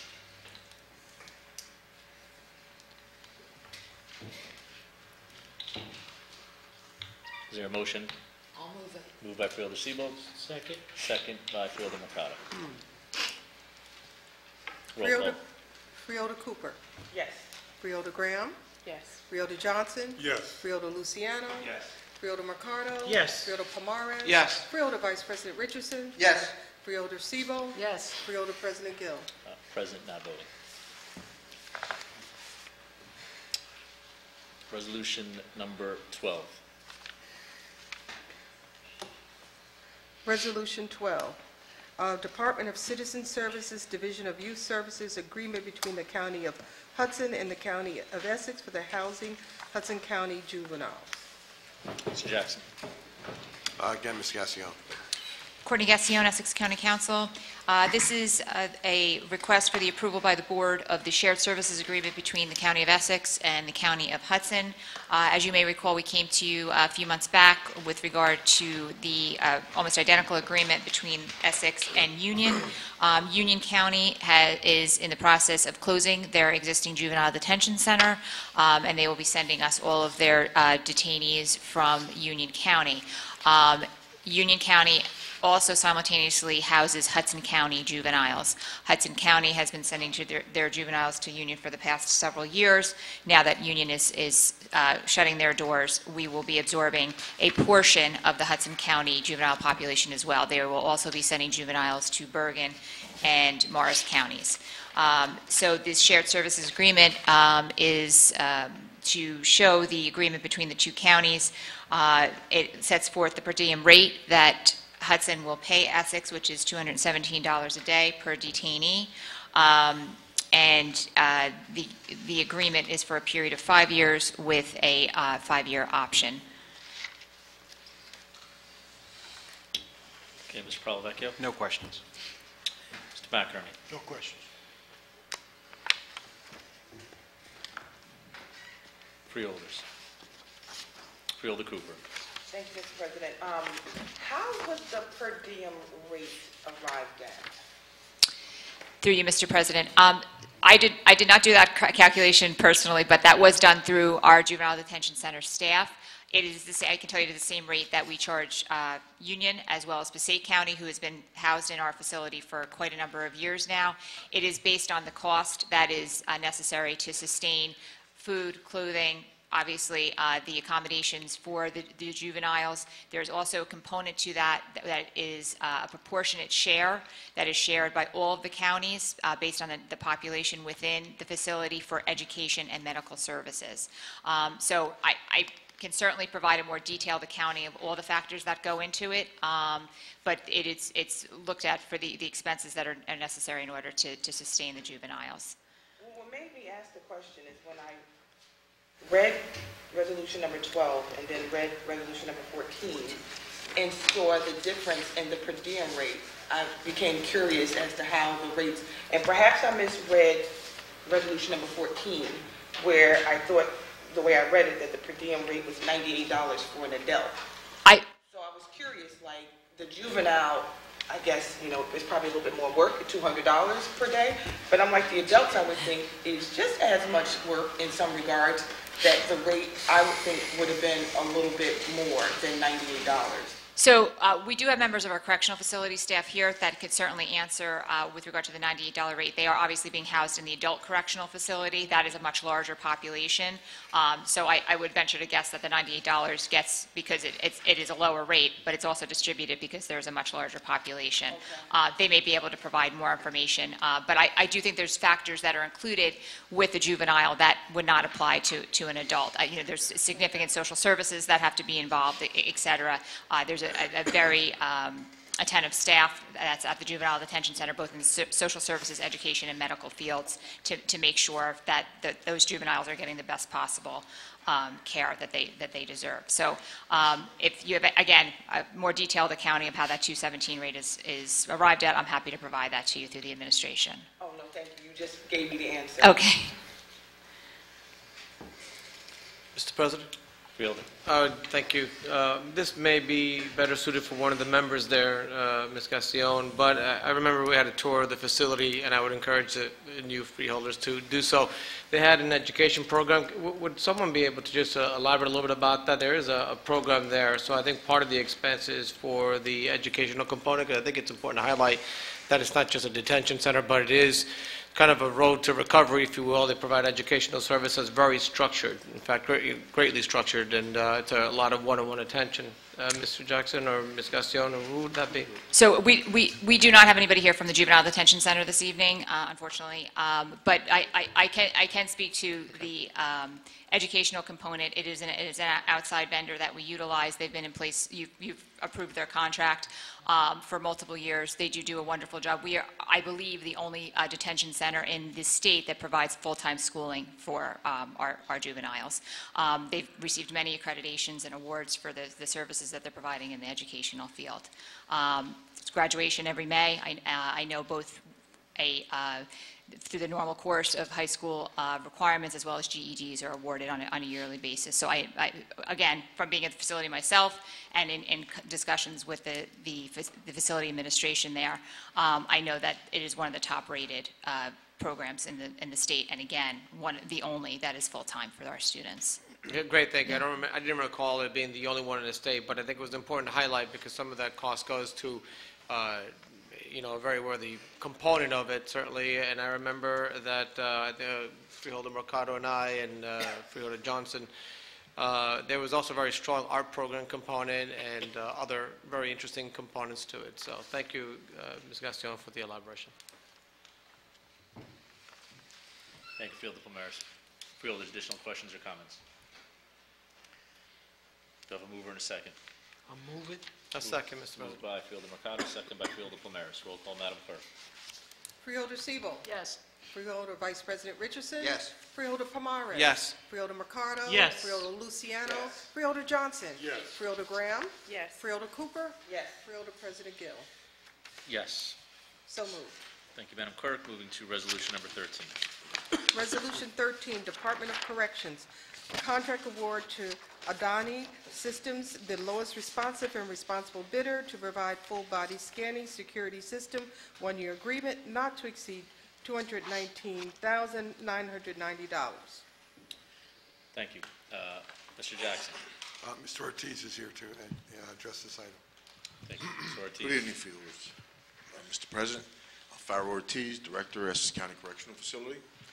I'm here to advocate for the voting and the passing of this lowest responsible bidder for the much-needed scanners that we need at our institution. This is something that we need in order to continue and process and maintain our security. Not only that, also observe the privacy factors of any individual coming into our institution.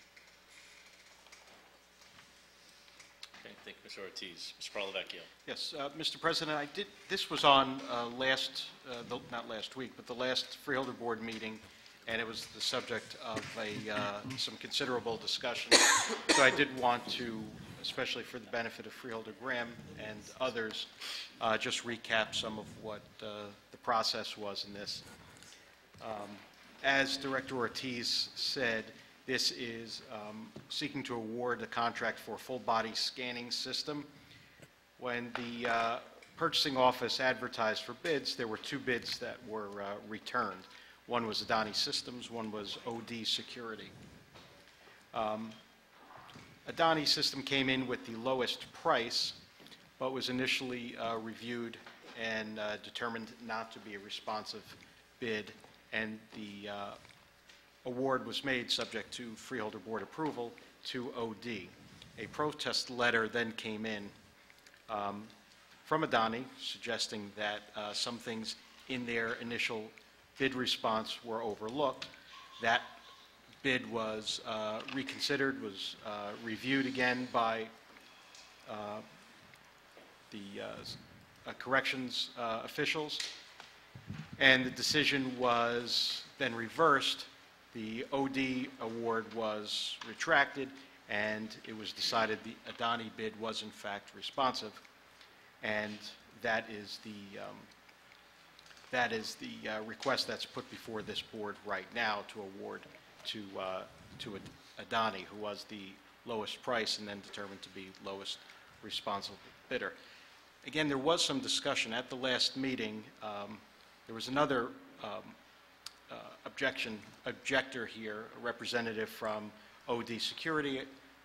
It's my understanding there were also some written protests from the company submitted to the county and to the administration. So this has been a little hotly contested. It's not unusual that competitors in business, especially those competitors who have to be subjected to public bidding, do object to each other, do object to the successful bidder when they are the unsuccessful bidder. But there was a lot of question and some consideration presented by the Freeholder Board that perhaps, given the circumstances here, that there be consideration to a rebid for this service. I understand what Director Ortiz is saying about the much-needed system at the correctional facility, but I wanted to make sure the board recalled what was discussed, what's been discussed since that time, the last meeting, and the process that went on. That brings us here back with this contract in front of us. Okay, thank you. Mr. McInerney? I don't have anything to add to that. Freeholders.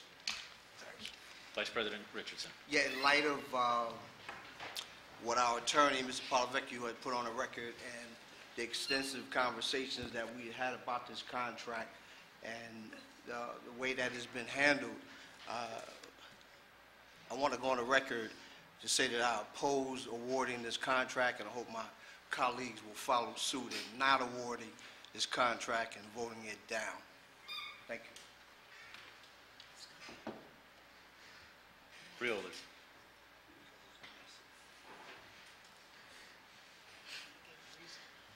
Additional questions or comments? Mr. President, Freeholder Pomaris. has any consideration been given to rebidding this contract since there was issues for or against? Since there seemed to be some concerns about it last time. Well, Or what has happened since? Well, we've had discussions between the board and the administration on this, and our position is that the contract should be awarded to Adani, but it's up to the Freeholder Board at this point to approve or reject that recommendation. Was that a consideration by administration, or to withdraw it and try it again, or not? It could have, but there was no, we're only allowed, the administration is only allowed to reject the contract for certain reasons, and we did not find that those reasons were there. Okay. So therefore, Okay, we I believe understand. that this, but it's ultimately up to the board. Thank you, Mr. Jackson. And Freeholder, Mr. President, if I may, Freeholder Pomaris, I'm glad Mr. Jackson put that on the record. There are definite constraints put on purchasing department and the administration by the New Jersey Local Public Contracts Law as to rejecting bids. However, I would believe if the Freeholder Board did not approve this, I won't say confident, but I would suspect, based on the need, that the administration would go back out for a bid here.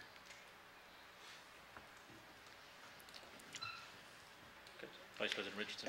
And yeah, thank you for that. And I think that is the way that it should go, in light of the fact that the one contractor was told that they were the lowest responsible bidder, and then that was rejected, that was pulled back, and it was awarded to another contractor, which someone overlooked all of these questions and answers, which I don't understand how all that stuff was overlooked, but something's not right here.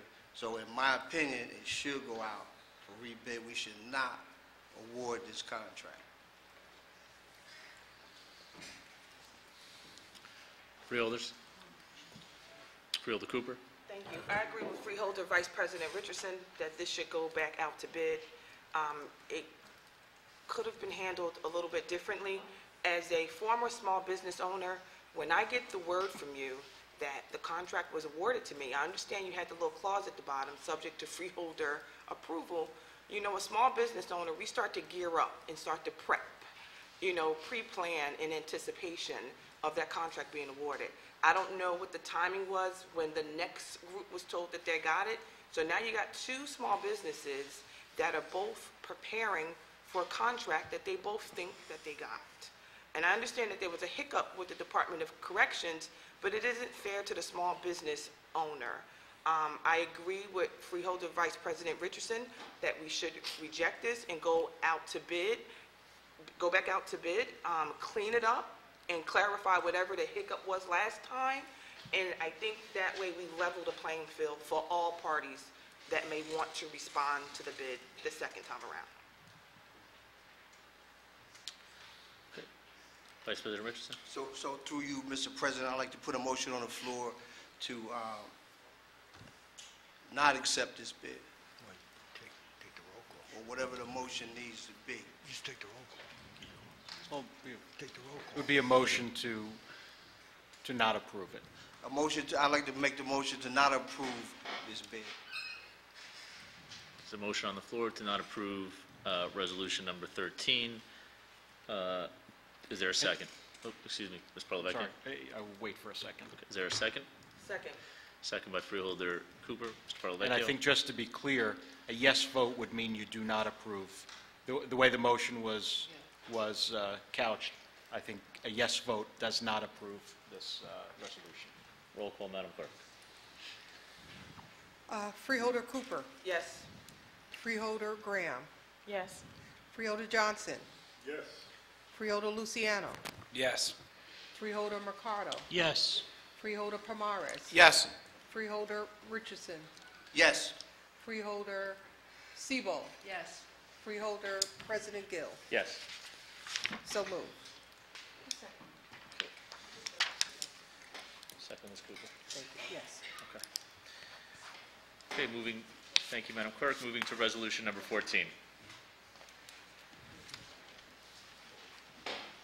Resolution 14, Department of Corrections and Shared Service Agreement between the County of Essex and the County of Union for the housing of adult inmates in the county correctional facility effective January 1st, 2019, and terminating on December 31st, 2019, with a mutual 1-2-year option to extend.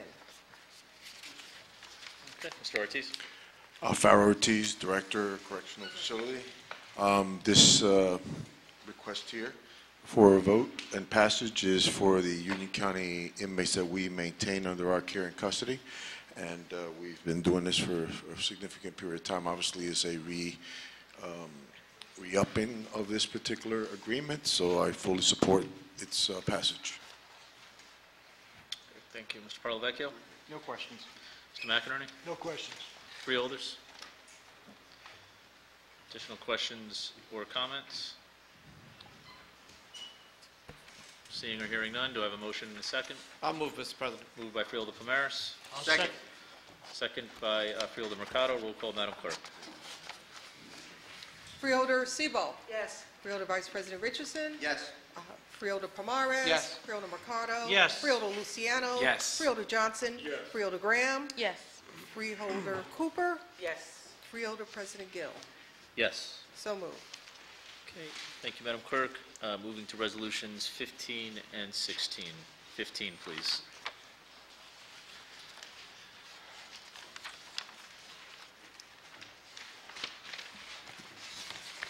Mr. President, Mr. Del Gaudio is here to Oh. address. both of these Resolution items. 15, Department of Health and Rehabilitation, Division of the Hospital Center, Annual Certification of Financial and Management Plan for Essex County Hospital Center for the calendar year 2019. Okay, thank you. Mr. Jackson? Mr. Del Gaudio. Thank you. Frank Delgadio, Director of Essex County Hospital Center.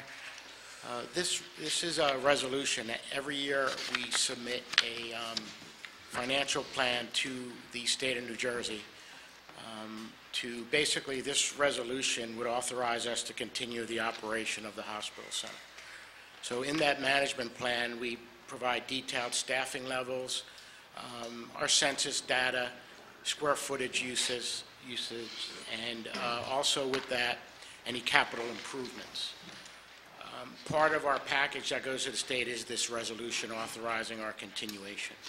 A copy of the full report is sent to you, Mr. President, upon completion. This is the final piece needed before we submit the report.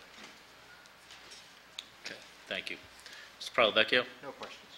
Mr. McInerney? No questions. Freeholders? Questions or comments? Okay, do I have a mover? I'll move it. Moved by Freeholder Cooper. Do I have a second? Second by Freeholder Graham. Okay. Okay? Okay. Roll call, Madam Clerk. Freeholder Cooper. Yes. Freeholder Graham. Yes. Freeholder Johnson. Yes. Freeholder Luciano. Yes. Freeholder Mercado. Yes. Freeholder Pomares. Yes. Freeholder Vice President Richardson. Yes. Freeholder Sebo. Yes. Freeholder President Gill. Yes. So moved. Thank you, Madam Clerk. Moving to resolution number 16. Resolution 16, Department of Health and Rehabilitation, Division of Hospital Center, contract with Hudson Community Enterprises to provide housekeeping and janitorial services by handicapped persons employed by Sheltered Workshop at the Essex County Hospital Center for 2019, amount not to exceed $1,438,458. Okay, thank you, Madam Clerk. Mr. Jackson. Mr. Delgadio. Thanks. Frank Delgadio, Director, Health and Rehab, Hospital Center Division. This is a contract for our housekeeping services through Hudson Community Enterprises. They've done outstanding work with us. Not only that, they employ many Essex County residents, and they also offer employment to our patients, which is a great rehab benefit to our patients. We currently have 2 patients working with them, doing various different type of housekeeping responsibilities, and it really leads to quicker discharge for our patients. We have a great partnership, and we have a representative from the vendor, Jim Petrucelli, who is our location manager, is here to explain more of the contract. Thank you.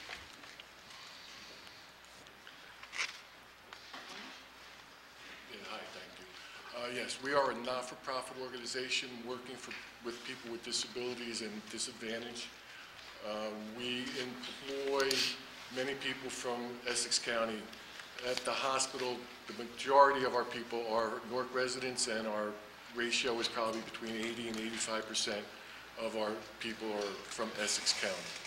We also have a satellite office that we operate out of Orange on Lincoln Avenue, and we also operate another division of our business, our document imaging business, out of 54 Halsey Street. Okay, thank you. Mr. Parlavecchio? No questions. Mr. McInerney? No questions. Freeholders? Questions or comments?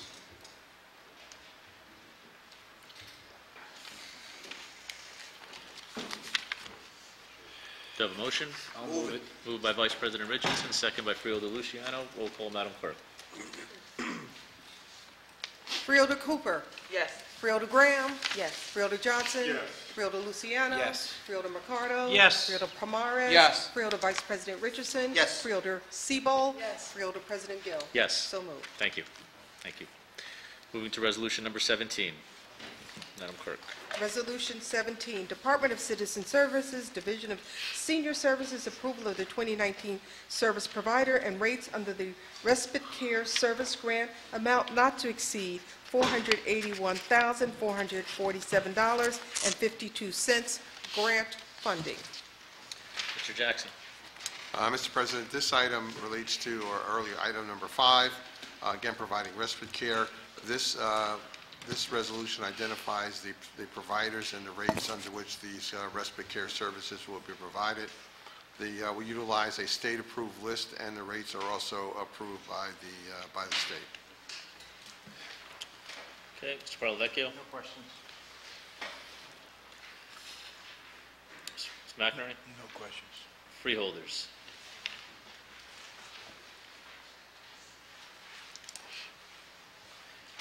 Questions or comments?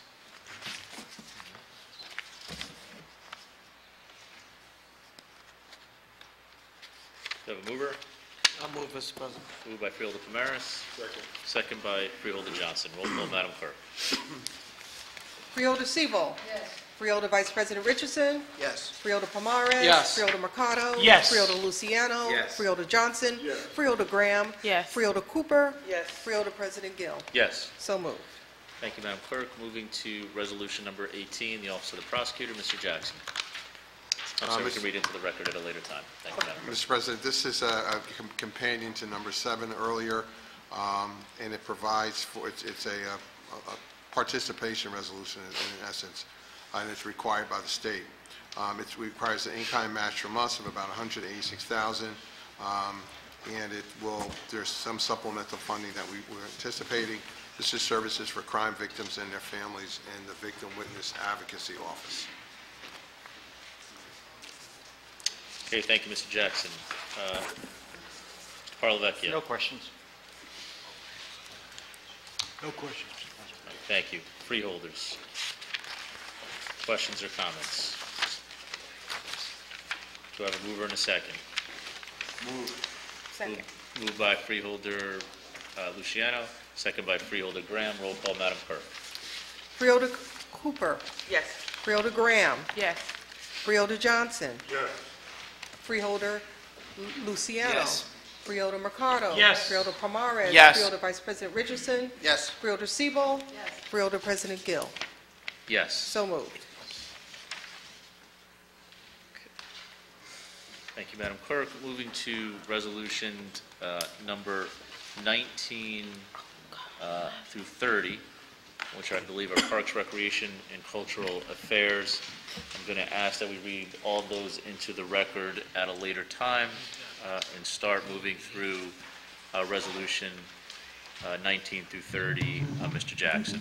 Mr. Zates is here for all of these items, Mr. President. Joshua Zates, Essex County Parks. Number 19 is a 24-month option with custom care services for landscape maintenance over at Cedar Grove Park. It'll consist of the usual grass cutting, grass clipping, hedge trimming, and whatnot. Very interested in the whatnot. Why don't we, Mr. Jackson? Why don't we move through them all, and then we'll take questions on them, individually once we're all done. Number 20 is for hay over at the Turtleback Zoo. It's with Niswich and Company. The primary, I guess you would say, eater of the hay would be our giraffes. We currently have 5 giraffes, and they are reaching maturity, so their level of hay consumption has increased. So that is why we need hay. Number 21 is... I should say, I'm sorry, and if there are any vendors associated with any of these resolutions that you want to bring up, please do.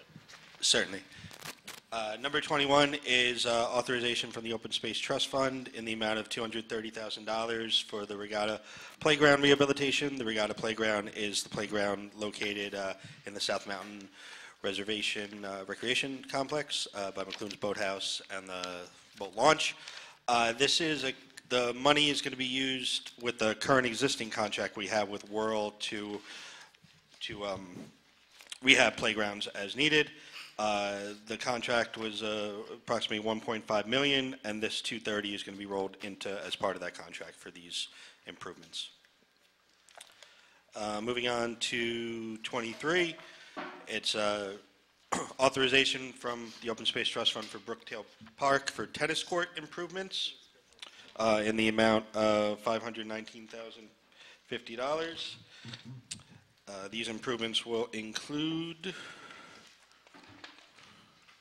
8,400 square feet removal and replace of the tennis asphalt, color coding tennis, installation, chain link fences, miscellaneous drainage improvements, tennis court accessories, and we are happy to announce that we're going to have one of the first pickleball courts in the county. The other one will be occurring in Branchbrook, which I'll talk about shortly.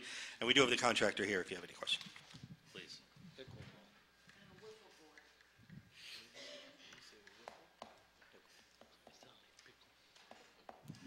Good evening, everybody. Nick Nike from Zenith Construction, based out of in Orange. Zenith is an MBE, certified MBE firm, and we have been doing a project for county over 15 years and very successfully. This particular project, we are going to reconstruct the existing tennis courts in Brookdale Park. We're going to remove the existing paving, repave it, color code it, and put out new accessories for the tennis courts and pickleball. And some side amenities, trash receptacles and drinking fountain, stuff like that.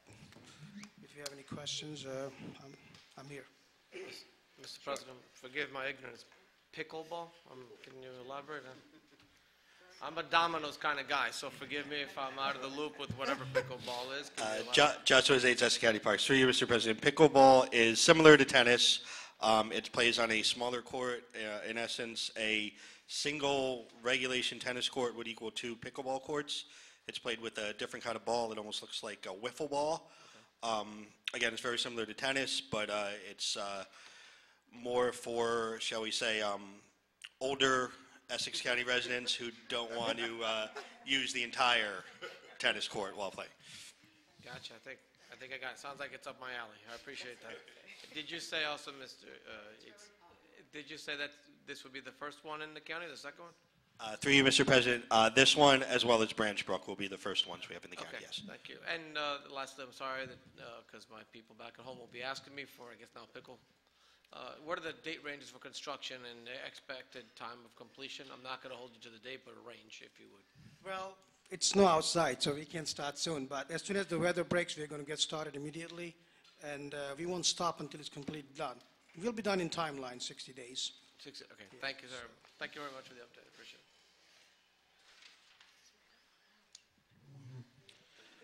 Vice President Richardson. Gentleman from Zenith, I have a question.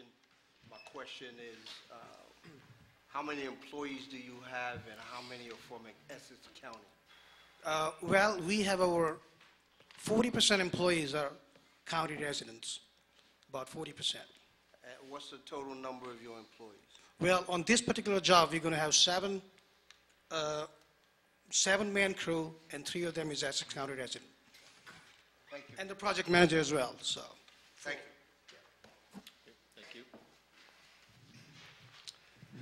Joshua Zates, Essex County Parks. I believe we're on number 25, which is the authorization to use open space trust funds for tennis park improvements in the amount of $607,000 for Branchbrook Park. 25 ties into 26, and we do have the vendor here if you have any questions. Please. Good evening. Mike Smith, Shore Top Construction. We're based out of Farmingdale, New Jersey, and we're a small paving and tennis court contractor. We've been doing work all over the state for the past 15, 20 years.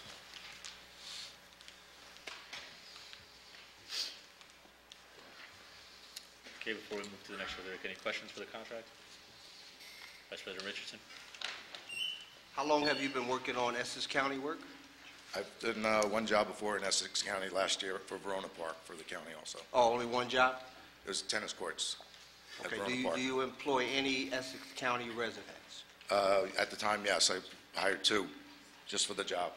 Just for this job? Yes. Is this a prevailing wage job? Yes, it is. Thank you. Through you, Mr. President. Builder Mercado. As part of the project, is the fencing of the tennis court in Newark a part of it in Branchbrook? No, just the removal of the fence to get access to the courts. Just the fence that gets access to the... Just for the access and then put the same fence back on that project. Oh.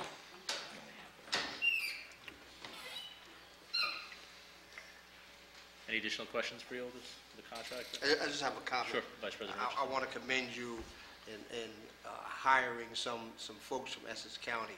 We really appreciate it, and we really need others to step up as well. Appreciate you for that. Thank you. Thank you. Thank you, Vice President Richardson. Freeholders? Okay. Can continue. Joshua Zates, Essex County Parks.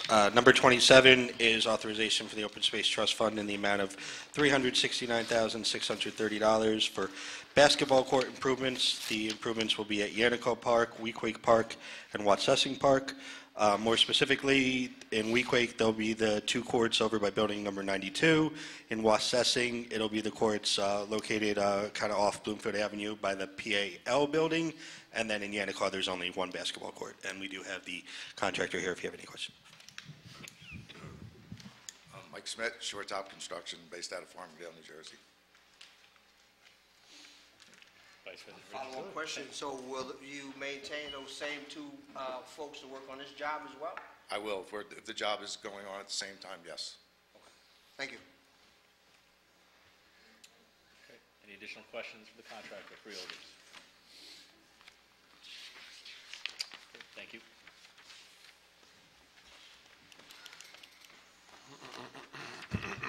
Joshua Zates, Essex County Parks. Number 29 is an authorization from the Open Space Trust Fund in the amount of $789,251 to rehabilitate various park roadways. They include in the South Mountain Reservation, we're going to be milling and paving near the dog park, Summit Field Picnic Area, Main Road, Crest Drive from South Orange Avenue to the gate of the dog park, the Summit Field Picnic Area Loop. Also be milling and paving Mayapple Hill Road from the entrance to Northfield Avenue all the way up to the parking lot, down the road to Pleasant Valley Way. The milling and paving will also take place in the Eagle Rock Reservation along Crest Drive near the High Lawn Pavilion. And in total, there's approximately 50,000 square feet of depth milling, 6,000 tons of hot mix asphalt, and 1,500 square yards of pavement repairs. And we do have the contractor here if you have any questions.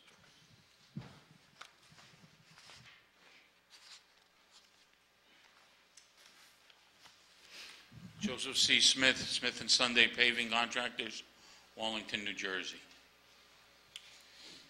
Freeholders. Vice President Richardson. It's your union outfit? Yes, sir. What do you work with, 472 and 825? 472, 825, and 560. Thank you very much.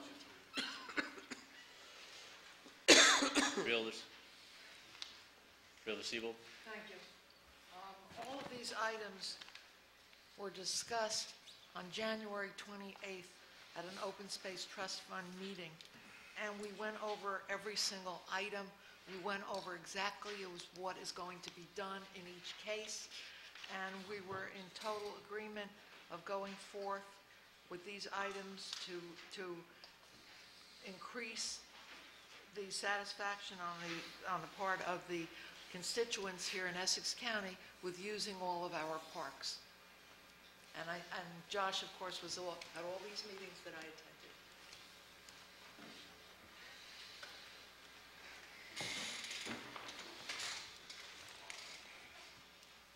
Thank you, Freeholder Siebold. Additional questions or comments? If not, I'll move all of them. I think that took us through resolution number 30, correct? Yeah, we did that. Through you, Mr. President, yes, it was through, number 30 was the contractor who just spoke. For the record, just for the record, resolution number 22 was withdrawn. So we have a motion on the floor to take resolutions number 19 through 30 minus resolution number 22. Moved by Freeholder Siebold. Do I have a second? Second. Second by Freeholder Graham. Roll call, Madam Clerk. Freeholder Siebold. Yes. Freeholder Vice President Richardson. Yes.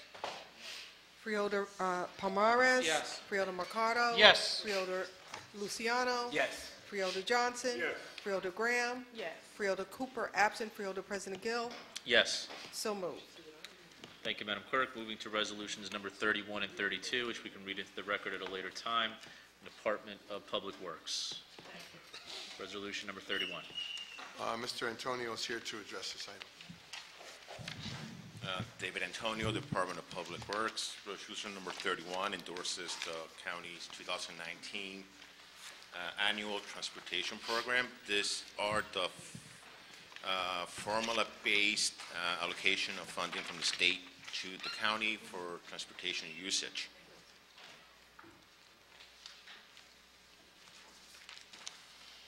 Okay, resolution number 32. Resolution number 32 is directly related to number 31. 32 is the actual 2019 roadway resurfacing program. It is a $8,054,083 resurfacing program, which will include 17 roadways as per the attached spreadsheet. We do have the contractor here. It is Mr. Smith from Smith Sandy again. We'll have him come up.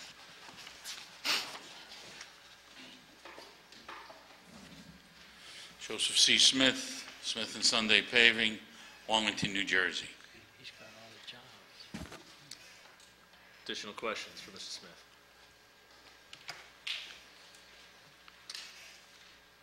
Thank you. Thank you very much. Thanks. Just a question on resolution number 31. So 31 is a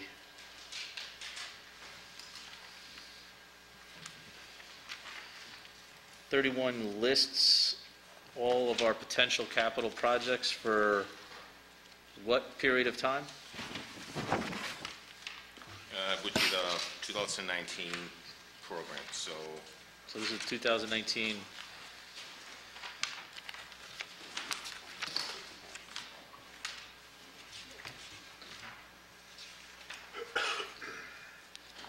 So have we seen, I'm not have we sure what seen you- this, have we seen this, so are these capital, have we seen this, just for the, especially for the new freeholders, have we seen this list yet, or is this a list that's yet to come before the board? These are state, it's a grant, this is state monies coming Okay. to the county. And what we're saying to the state by passing this resolution is that we wish to use the monies allocated to us in the following way. The first item you see is the 2019 roadway resurfacing and roadway program, which is item number 31. We're now using county money. This has been done with state funding.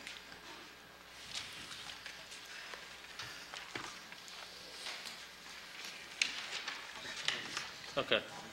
Mr. McInerney?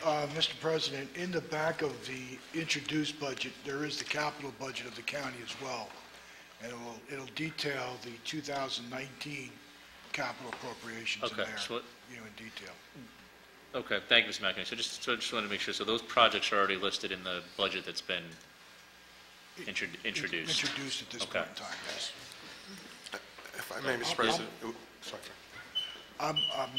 I can't correlate that necessarily with this because what I'm looking at here is in highway rehabilitation program, I'm looking at 7.6. This project is for 8 million, but I believe these are county-funded projects, the ones that are in the capital budget. Two different pots. Yeah. This is totally grant-funded. The $8 million Right. is totally grant-funded. Okay. So this is totally grant. Mr. Jackson? And I was going to say, Mr. President, when we originally got the grant, Right. these roads were listed then as well. I see, okay. Okay. Freeholders, additional questions or comments on resolutions number 31 and 32? Seeing and hearing none, do I have a mover and a second? Move it. Moved by Vice President Richardson. Second. Second by Freeholder Mercado. Roll call, Madam Clerk. On this, we took 31 and 32 together. Okay. Freeholder Siebel. Yes. Freeholder Vice President Richardson. Yes. Freeholder Pomares. Yes. Freeholder Mercado. Yes. Freeholder Luciano. Yes. Freeholder Johnson. Yes. Freeholder Graham. Yes. Freeholder Cooper. Yes. Freeholder President Gill. Yes. So moved. Thank you, Madam Clerk. Moving to resolutions number 33 through 39.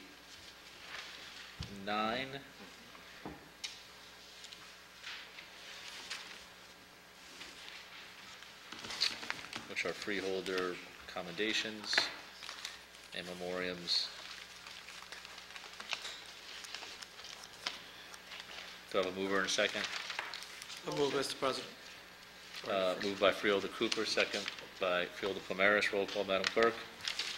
Freeholder Cooper. Yes. Freeholder Graham. Yes. Freeholder Johnson. Yes. Freeholder Luciano. Yes. Freeholder Mercado. Yes. Freeholder Pomares. Yes. Freeholder Vice President Richardson. Yes. Freeholder Siebel. Yes. Freeholder President Gill. Yes. So moved.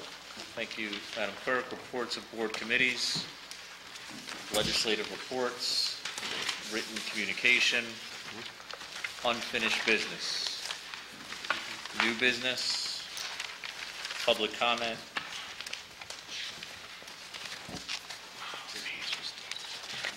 Public comment. Thank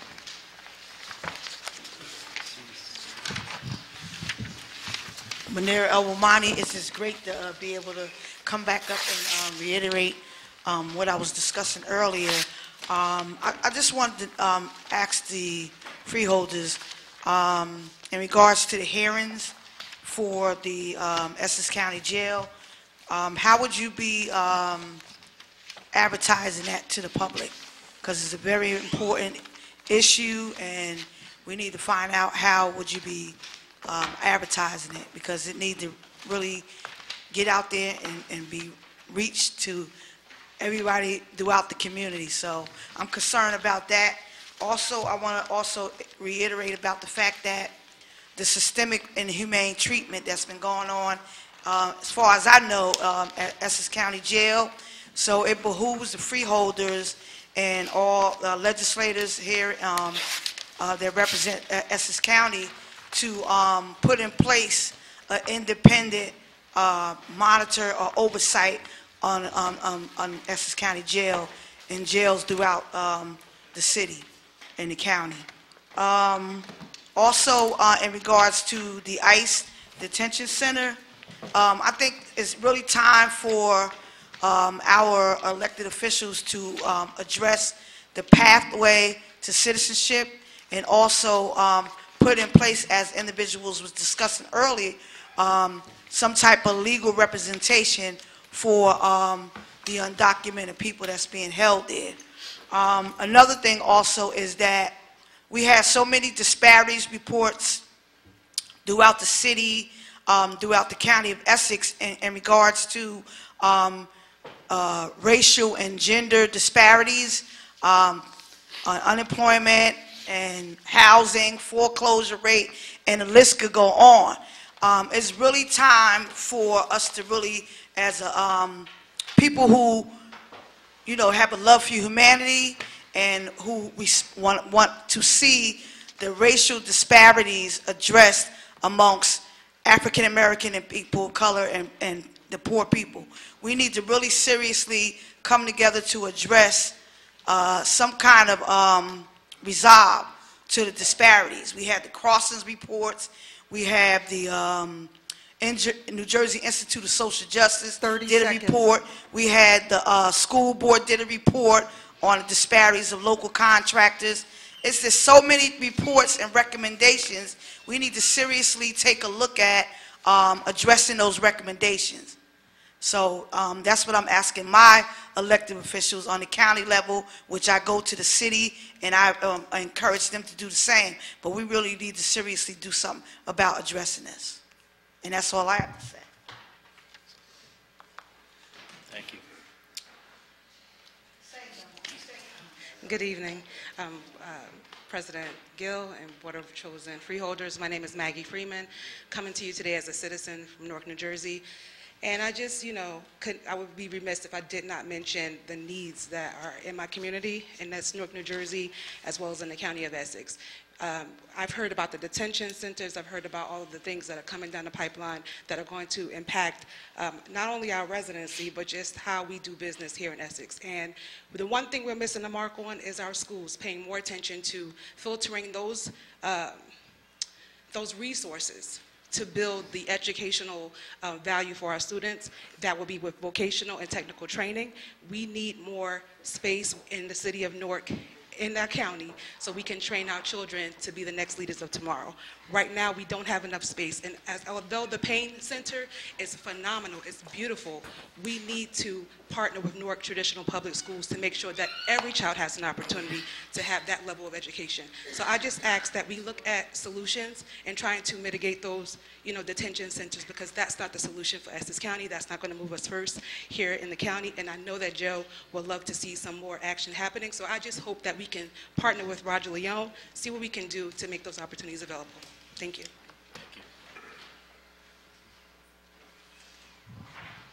Good evening, Freeholder Board. Douglas Freeman, Weequahic Park Sports Authority, P.O. Box 4252. I want to talk about the quality of the work. Every meeting we pass appropriation for a lot of money and taxpayer dollars for these different projects. But there's no oversight when they're building the actual facility improvements. And a lot of the stuff is falling apart already in Weekway Park. When you look at the playground, it's already bubbling up at Building 92. It looks like the moon right now because there's just so many craters that's already in that particular playground. The swings is falling apart. It's, less than 3 years. The new baseball field that's in the back, Bill Hicks, it's already falling apart. And what we're looking for is when you come to Newark, stop rushing to do the job, because that's what we're seeing. It seems to be a rush to hurry up and do the job, and yet we're not getting the quality. When we spoke to the contractor that did the baseball field, we told him his pitch was off. But since he believes he knows better, he went on and continued the job, and now we have flooding. So, you know, we do not want that with the new baseball field that is extra flooded. If he's going to do the job right. So we want more oversight, President, that we put more people in place to make sure that our park stays of quality. The next item that we have is the permits and the people who actually apply for the permits and the amount of garbage that they leave in the parks. When you go to a state park, what they take in, they take out. But when it comes to a county park, it seems like they bring their garbage and the rest of the stuff that's in their cars and they leave it in the parks. And you have volunteers, you have community groups that have partnered with the county that are doing volunteer work day in and day out, but we didn't do that to be a steward of picking up litter. We partnered with the county to beautify the parks. So we're asking 30 that... seconds. Okay, I'm finished. We're asking that the county put a deposit on the people who get permits and go and overlook and see if they leave in the garbage and then don't give them back their deposit and take that and give it to whoever's going to clean up after them. Thank you. Thank you. I like that suggestion. So we will follow up. Okay. If there's no one left to speak, Madam Clerk, let the record indicate that there is no one wishing to speak at this time. Freeholders, do you have any comments you would like to make? Freeholder Johnson. Through you, President, first I would like to, on ordinance, bond ordinance 1 and 2, plus resolutions 1 through 9, I'd like to be added in affirmative. Thank you. Madam Clerk. Secondly, I'd like to congratulate our newest freeholder, Mrs. Graham, because I know she's going to be a valuable asset to what we've been working on and what we've been working and doing for the last couple of years. And congratulations. Any help that you would need or anything you would like to know, hey, I'm there for you.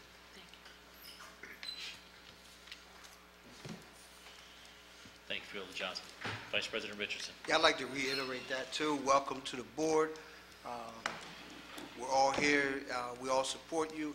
Anything that you need, I'm sure I can speak for my colleagues in terms of you need something, don't hesitate. We're here to help. We're here to work as one team. But I also would like to put on the record that it's been a while since we've had an affirmative action meeting. So through you, Madam Clerk, I'd like to get some dates so we can start talking about that and get Mr. Parakeet back in here with some updated information, because, you know, we talk about disparities, we talk about folks, contractors getting work, and we always ask whether or not they're hiring Essex County residents, if they're union. Those are questions that I ask routinely. So we need to get some updates to see where we are in our affirmative action commitments and those kinds of things. So I'd like to call that meeting. And I'm also happy that this, we're going to have this meeting on what's going on over at the jail. And just to be clear, correct me if I'm wrong, that ICE detention center is the jail as well, right? And the food that is served to the detainees, the immigrant detainees, is also the same food that is served to the other population in the jail. Through you, Mr. President, that's correct, sir. So it's not like it's two separate entities. They may be separated, but it's a shared facility is the way that I understand it.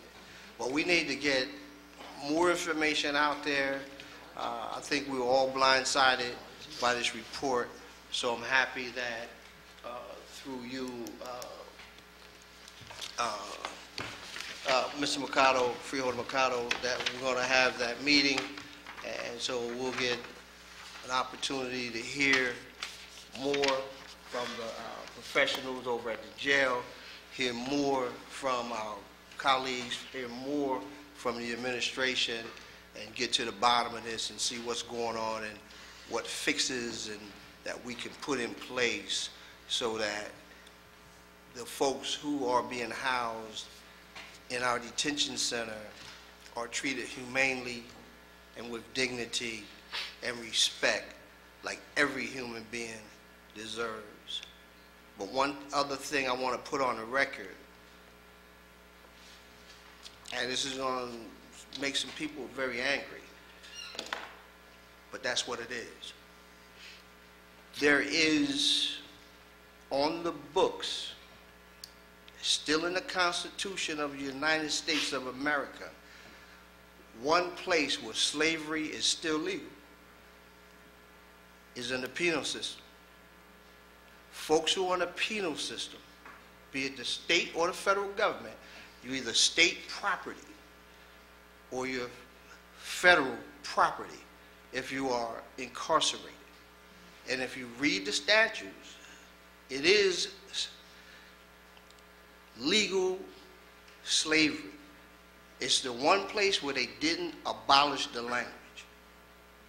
Just want to put that on the record.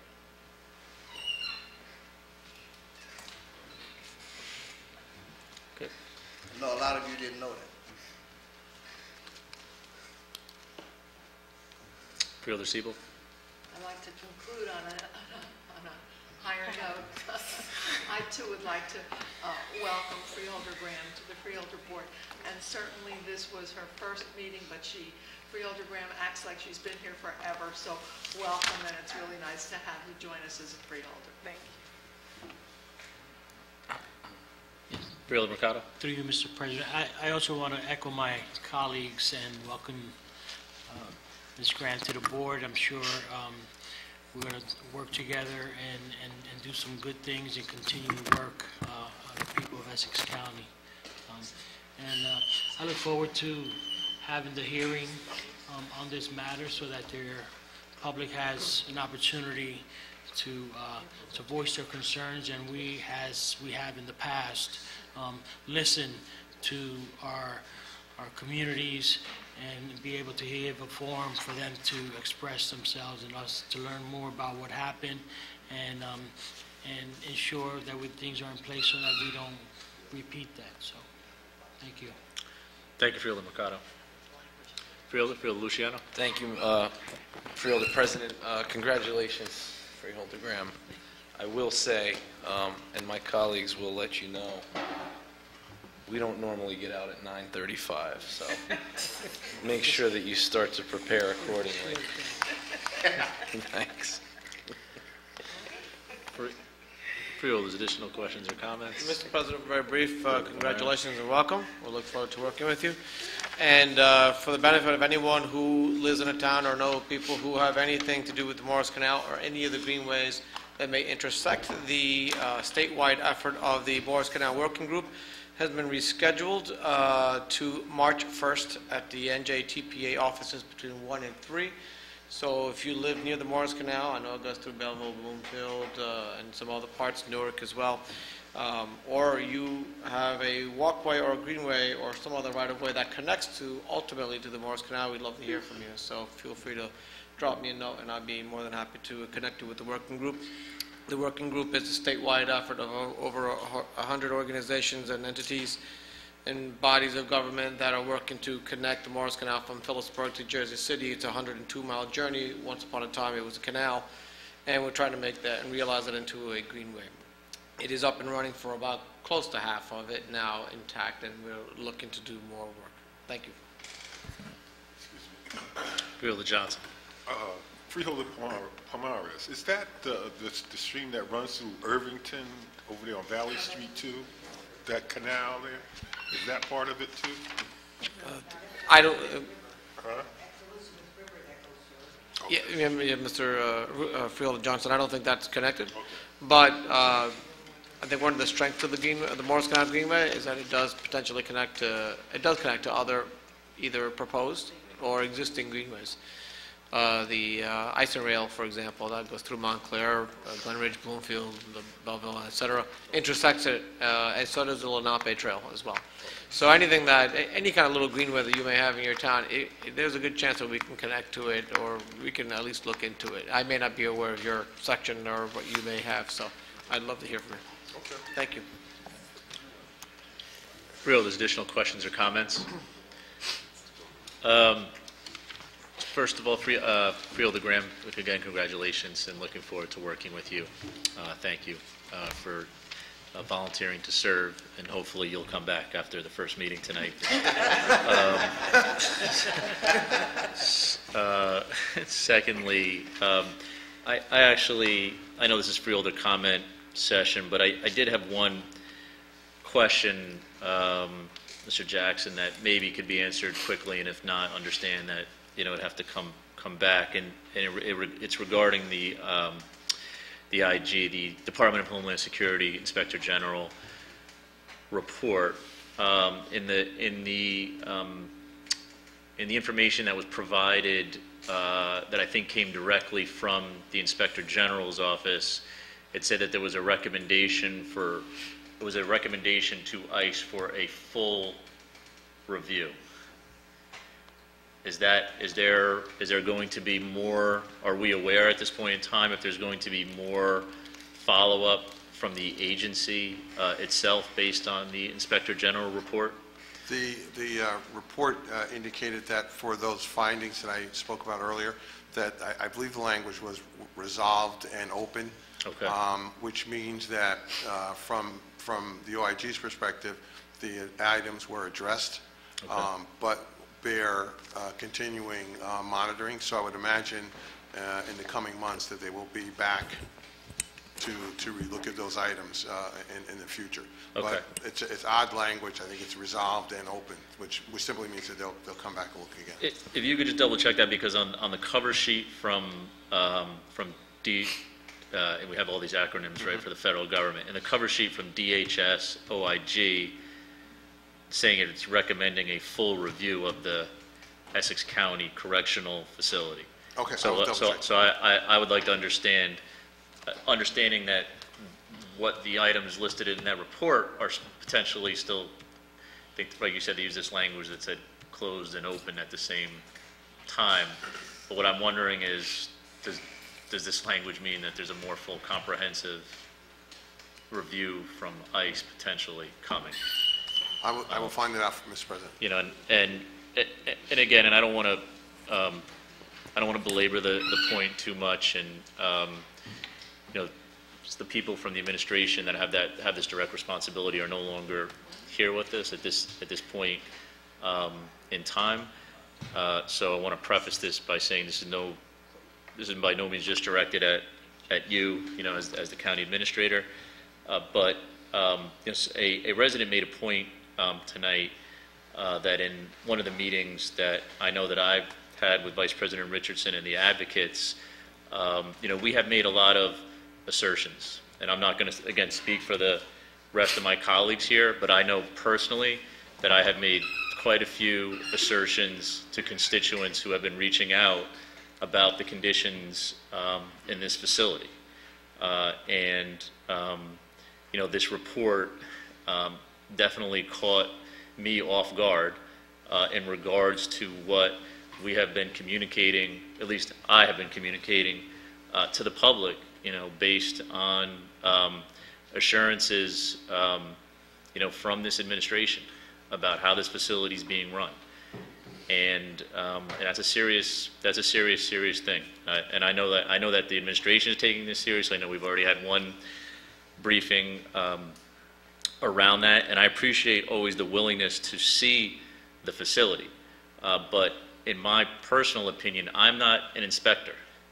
I don't know. I mean, I can take a look, but walking me through that facility, whether it's an announced or unannounced, is not enough for me to know whether this facility is meeting the standards that we all think it should uphold and or meet. So we have to go much further than that, in my opinion, from just saying, come on down anytime you want, because it's not enough. It's not enough. You know, I felt, especially with some of the comments tonight, compelled to put that on the record, because I know I feel to a certain extent a little bit, proper word maybe to be, I feel that potentially I may have misrepresented facts to the constituents who inquired about this facility. Maybe not, hopefully not. I know we can do better, but you know, I can only speak for myself in that regard. Not feeling good about that at all. So I'm looking forward to this hearing, Freeholder Mercado, which, you know, will address, you know, really not only this report, but I think some of the broader issues that have been brought up in front of this board for the last 9 months. And I would encourage the members and my colleagues on the board, you know, as to work with Freeholder Mercado, you know, in the leadership of that committee, in terms of what you would like to see and what you would like to get out of that public hearing, and to participate in that process.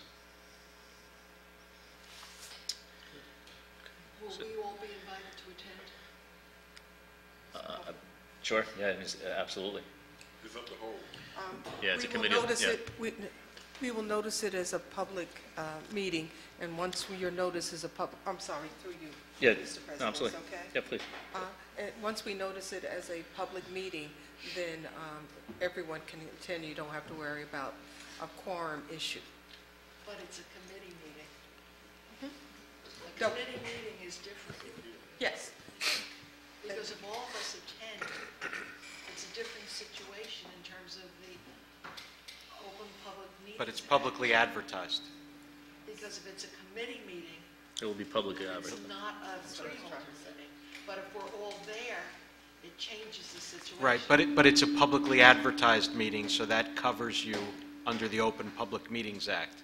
It'll be advertised to the So public. if it's advertised, even though it's a committee meeting, we can all attend and it's perfectly legal? You can all be in the room, absolutely. You may, if it's a committee of the whole, I don't know if this is the ICE subcommittee. The ICE is a subcommittee. It's a subcommittee. So I don't think that's a committee of the whole. Right. So maybe you don't participate up here like if you were on the committee, but you could sit But we can in the building. we Yes. You can be there. present. It's- That's what I'm asking. It's an open We can be public present meeting. and we can be here.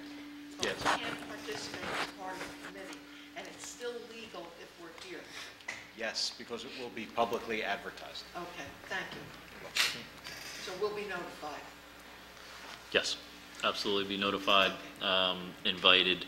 The hearing would be notified through the normal process, like any public meeting would be notified. We'll actually also make sure that we do extra outreach for the concerns that have been raised by members of the community, to make sure that they are aware of when this event is taking place. The committee chairs and the two committee members will run the hearing, and freeholders who want to testify, or speak, will have an opportunity to, testify and or speak at the hearing to give testimony to the committee. Is that accurate, Counselor? That is accurate. Okay. Thank you. Okay. Thanks, Freeholder Siebold. And just, I'm sorry, and Freeholder Siebold, that's why, I guess a number of years ago, we started to advertise the committee hearings, because some of them like this drew more interest than, no offense to Freeholder Luciano, than like the mosquito control committee. So we advertise it so everyone could participate who wanted to be there. Freeholders can't participate even though they're not part of the committee. Right. Mr. Pelavecchio, is there a limit on the amount of members a committee can have, member of the Freeholder Board? No, because No, right? we can do it as a whole. The only thing that differentiates it, or one of the things that differentiate it, is we don't take any action. Okay. If a member of the, if we needed to amend the committee, would we need to take a formal action of the board before the committee hearing itself? Yeah, I don't know if I don't think... I'm sorry, the question I was asking is if a member of the Freeholder Board wanted, if a member who wasn't currently on the committee wanted to participate as a committee member, would it take a formal action of the board before the meeting was actually scheduled? Yeah, if we have... Yes, but I don't know if our bylaws specify that a committee is of a specific number, or if that's just been the tradition. Okay. So it's, so business can get conducted without having the whole group here. Right. How many people are on the committee? 3 or 4. Right now, Madam Clerk? Through you, Mr. President, committees are 4, because 5 constitutes a quorum. That's why I'm asking. Yes, but the basic, to simplify, the rules of the OPRA, the Open Public Records Act, just ensures that things are noticed publicly, and once you do that, then you address the issue of transparency. That's the purpose of when we have committees and we want all members to participate if they choose. We notice it, as stated earlier, then we have addressed the OPRA requirement. As long as the committee is 4 people, other freeholders can be there and they can talk, but they can't be part of the committee. And people can't be added. Through you, Mr. President, what happens is we set the committee members here, and the freeholders who participate can sit in their seat. Right. And as Freeholder President indicated, you have the opportunity to testify if you choose. I believe, however, there's only 3 members currently on that. There's 3 members. 3 members. 3 members. So you could add somebody. So there would be an opportunity for another freeholder to serve on the committee. So if there's interest, just let the clerk reach out for the clerk. Additional comments, freeholders? I just want to say thank you again. Freeholder Grant, thank you. I just want to say thank you. Thank you, thank you, thank you again. Thank you. A motion to adjourn? Second. Meeting adjourned.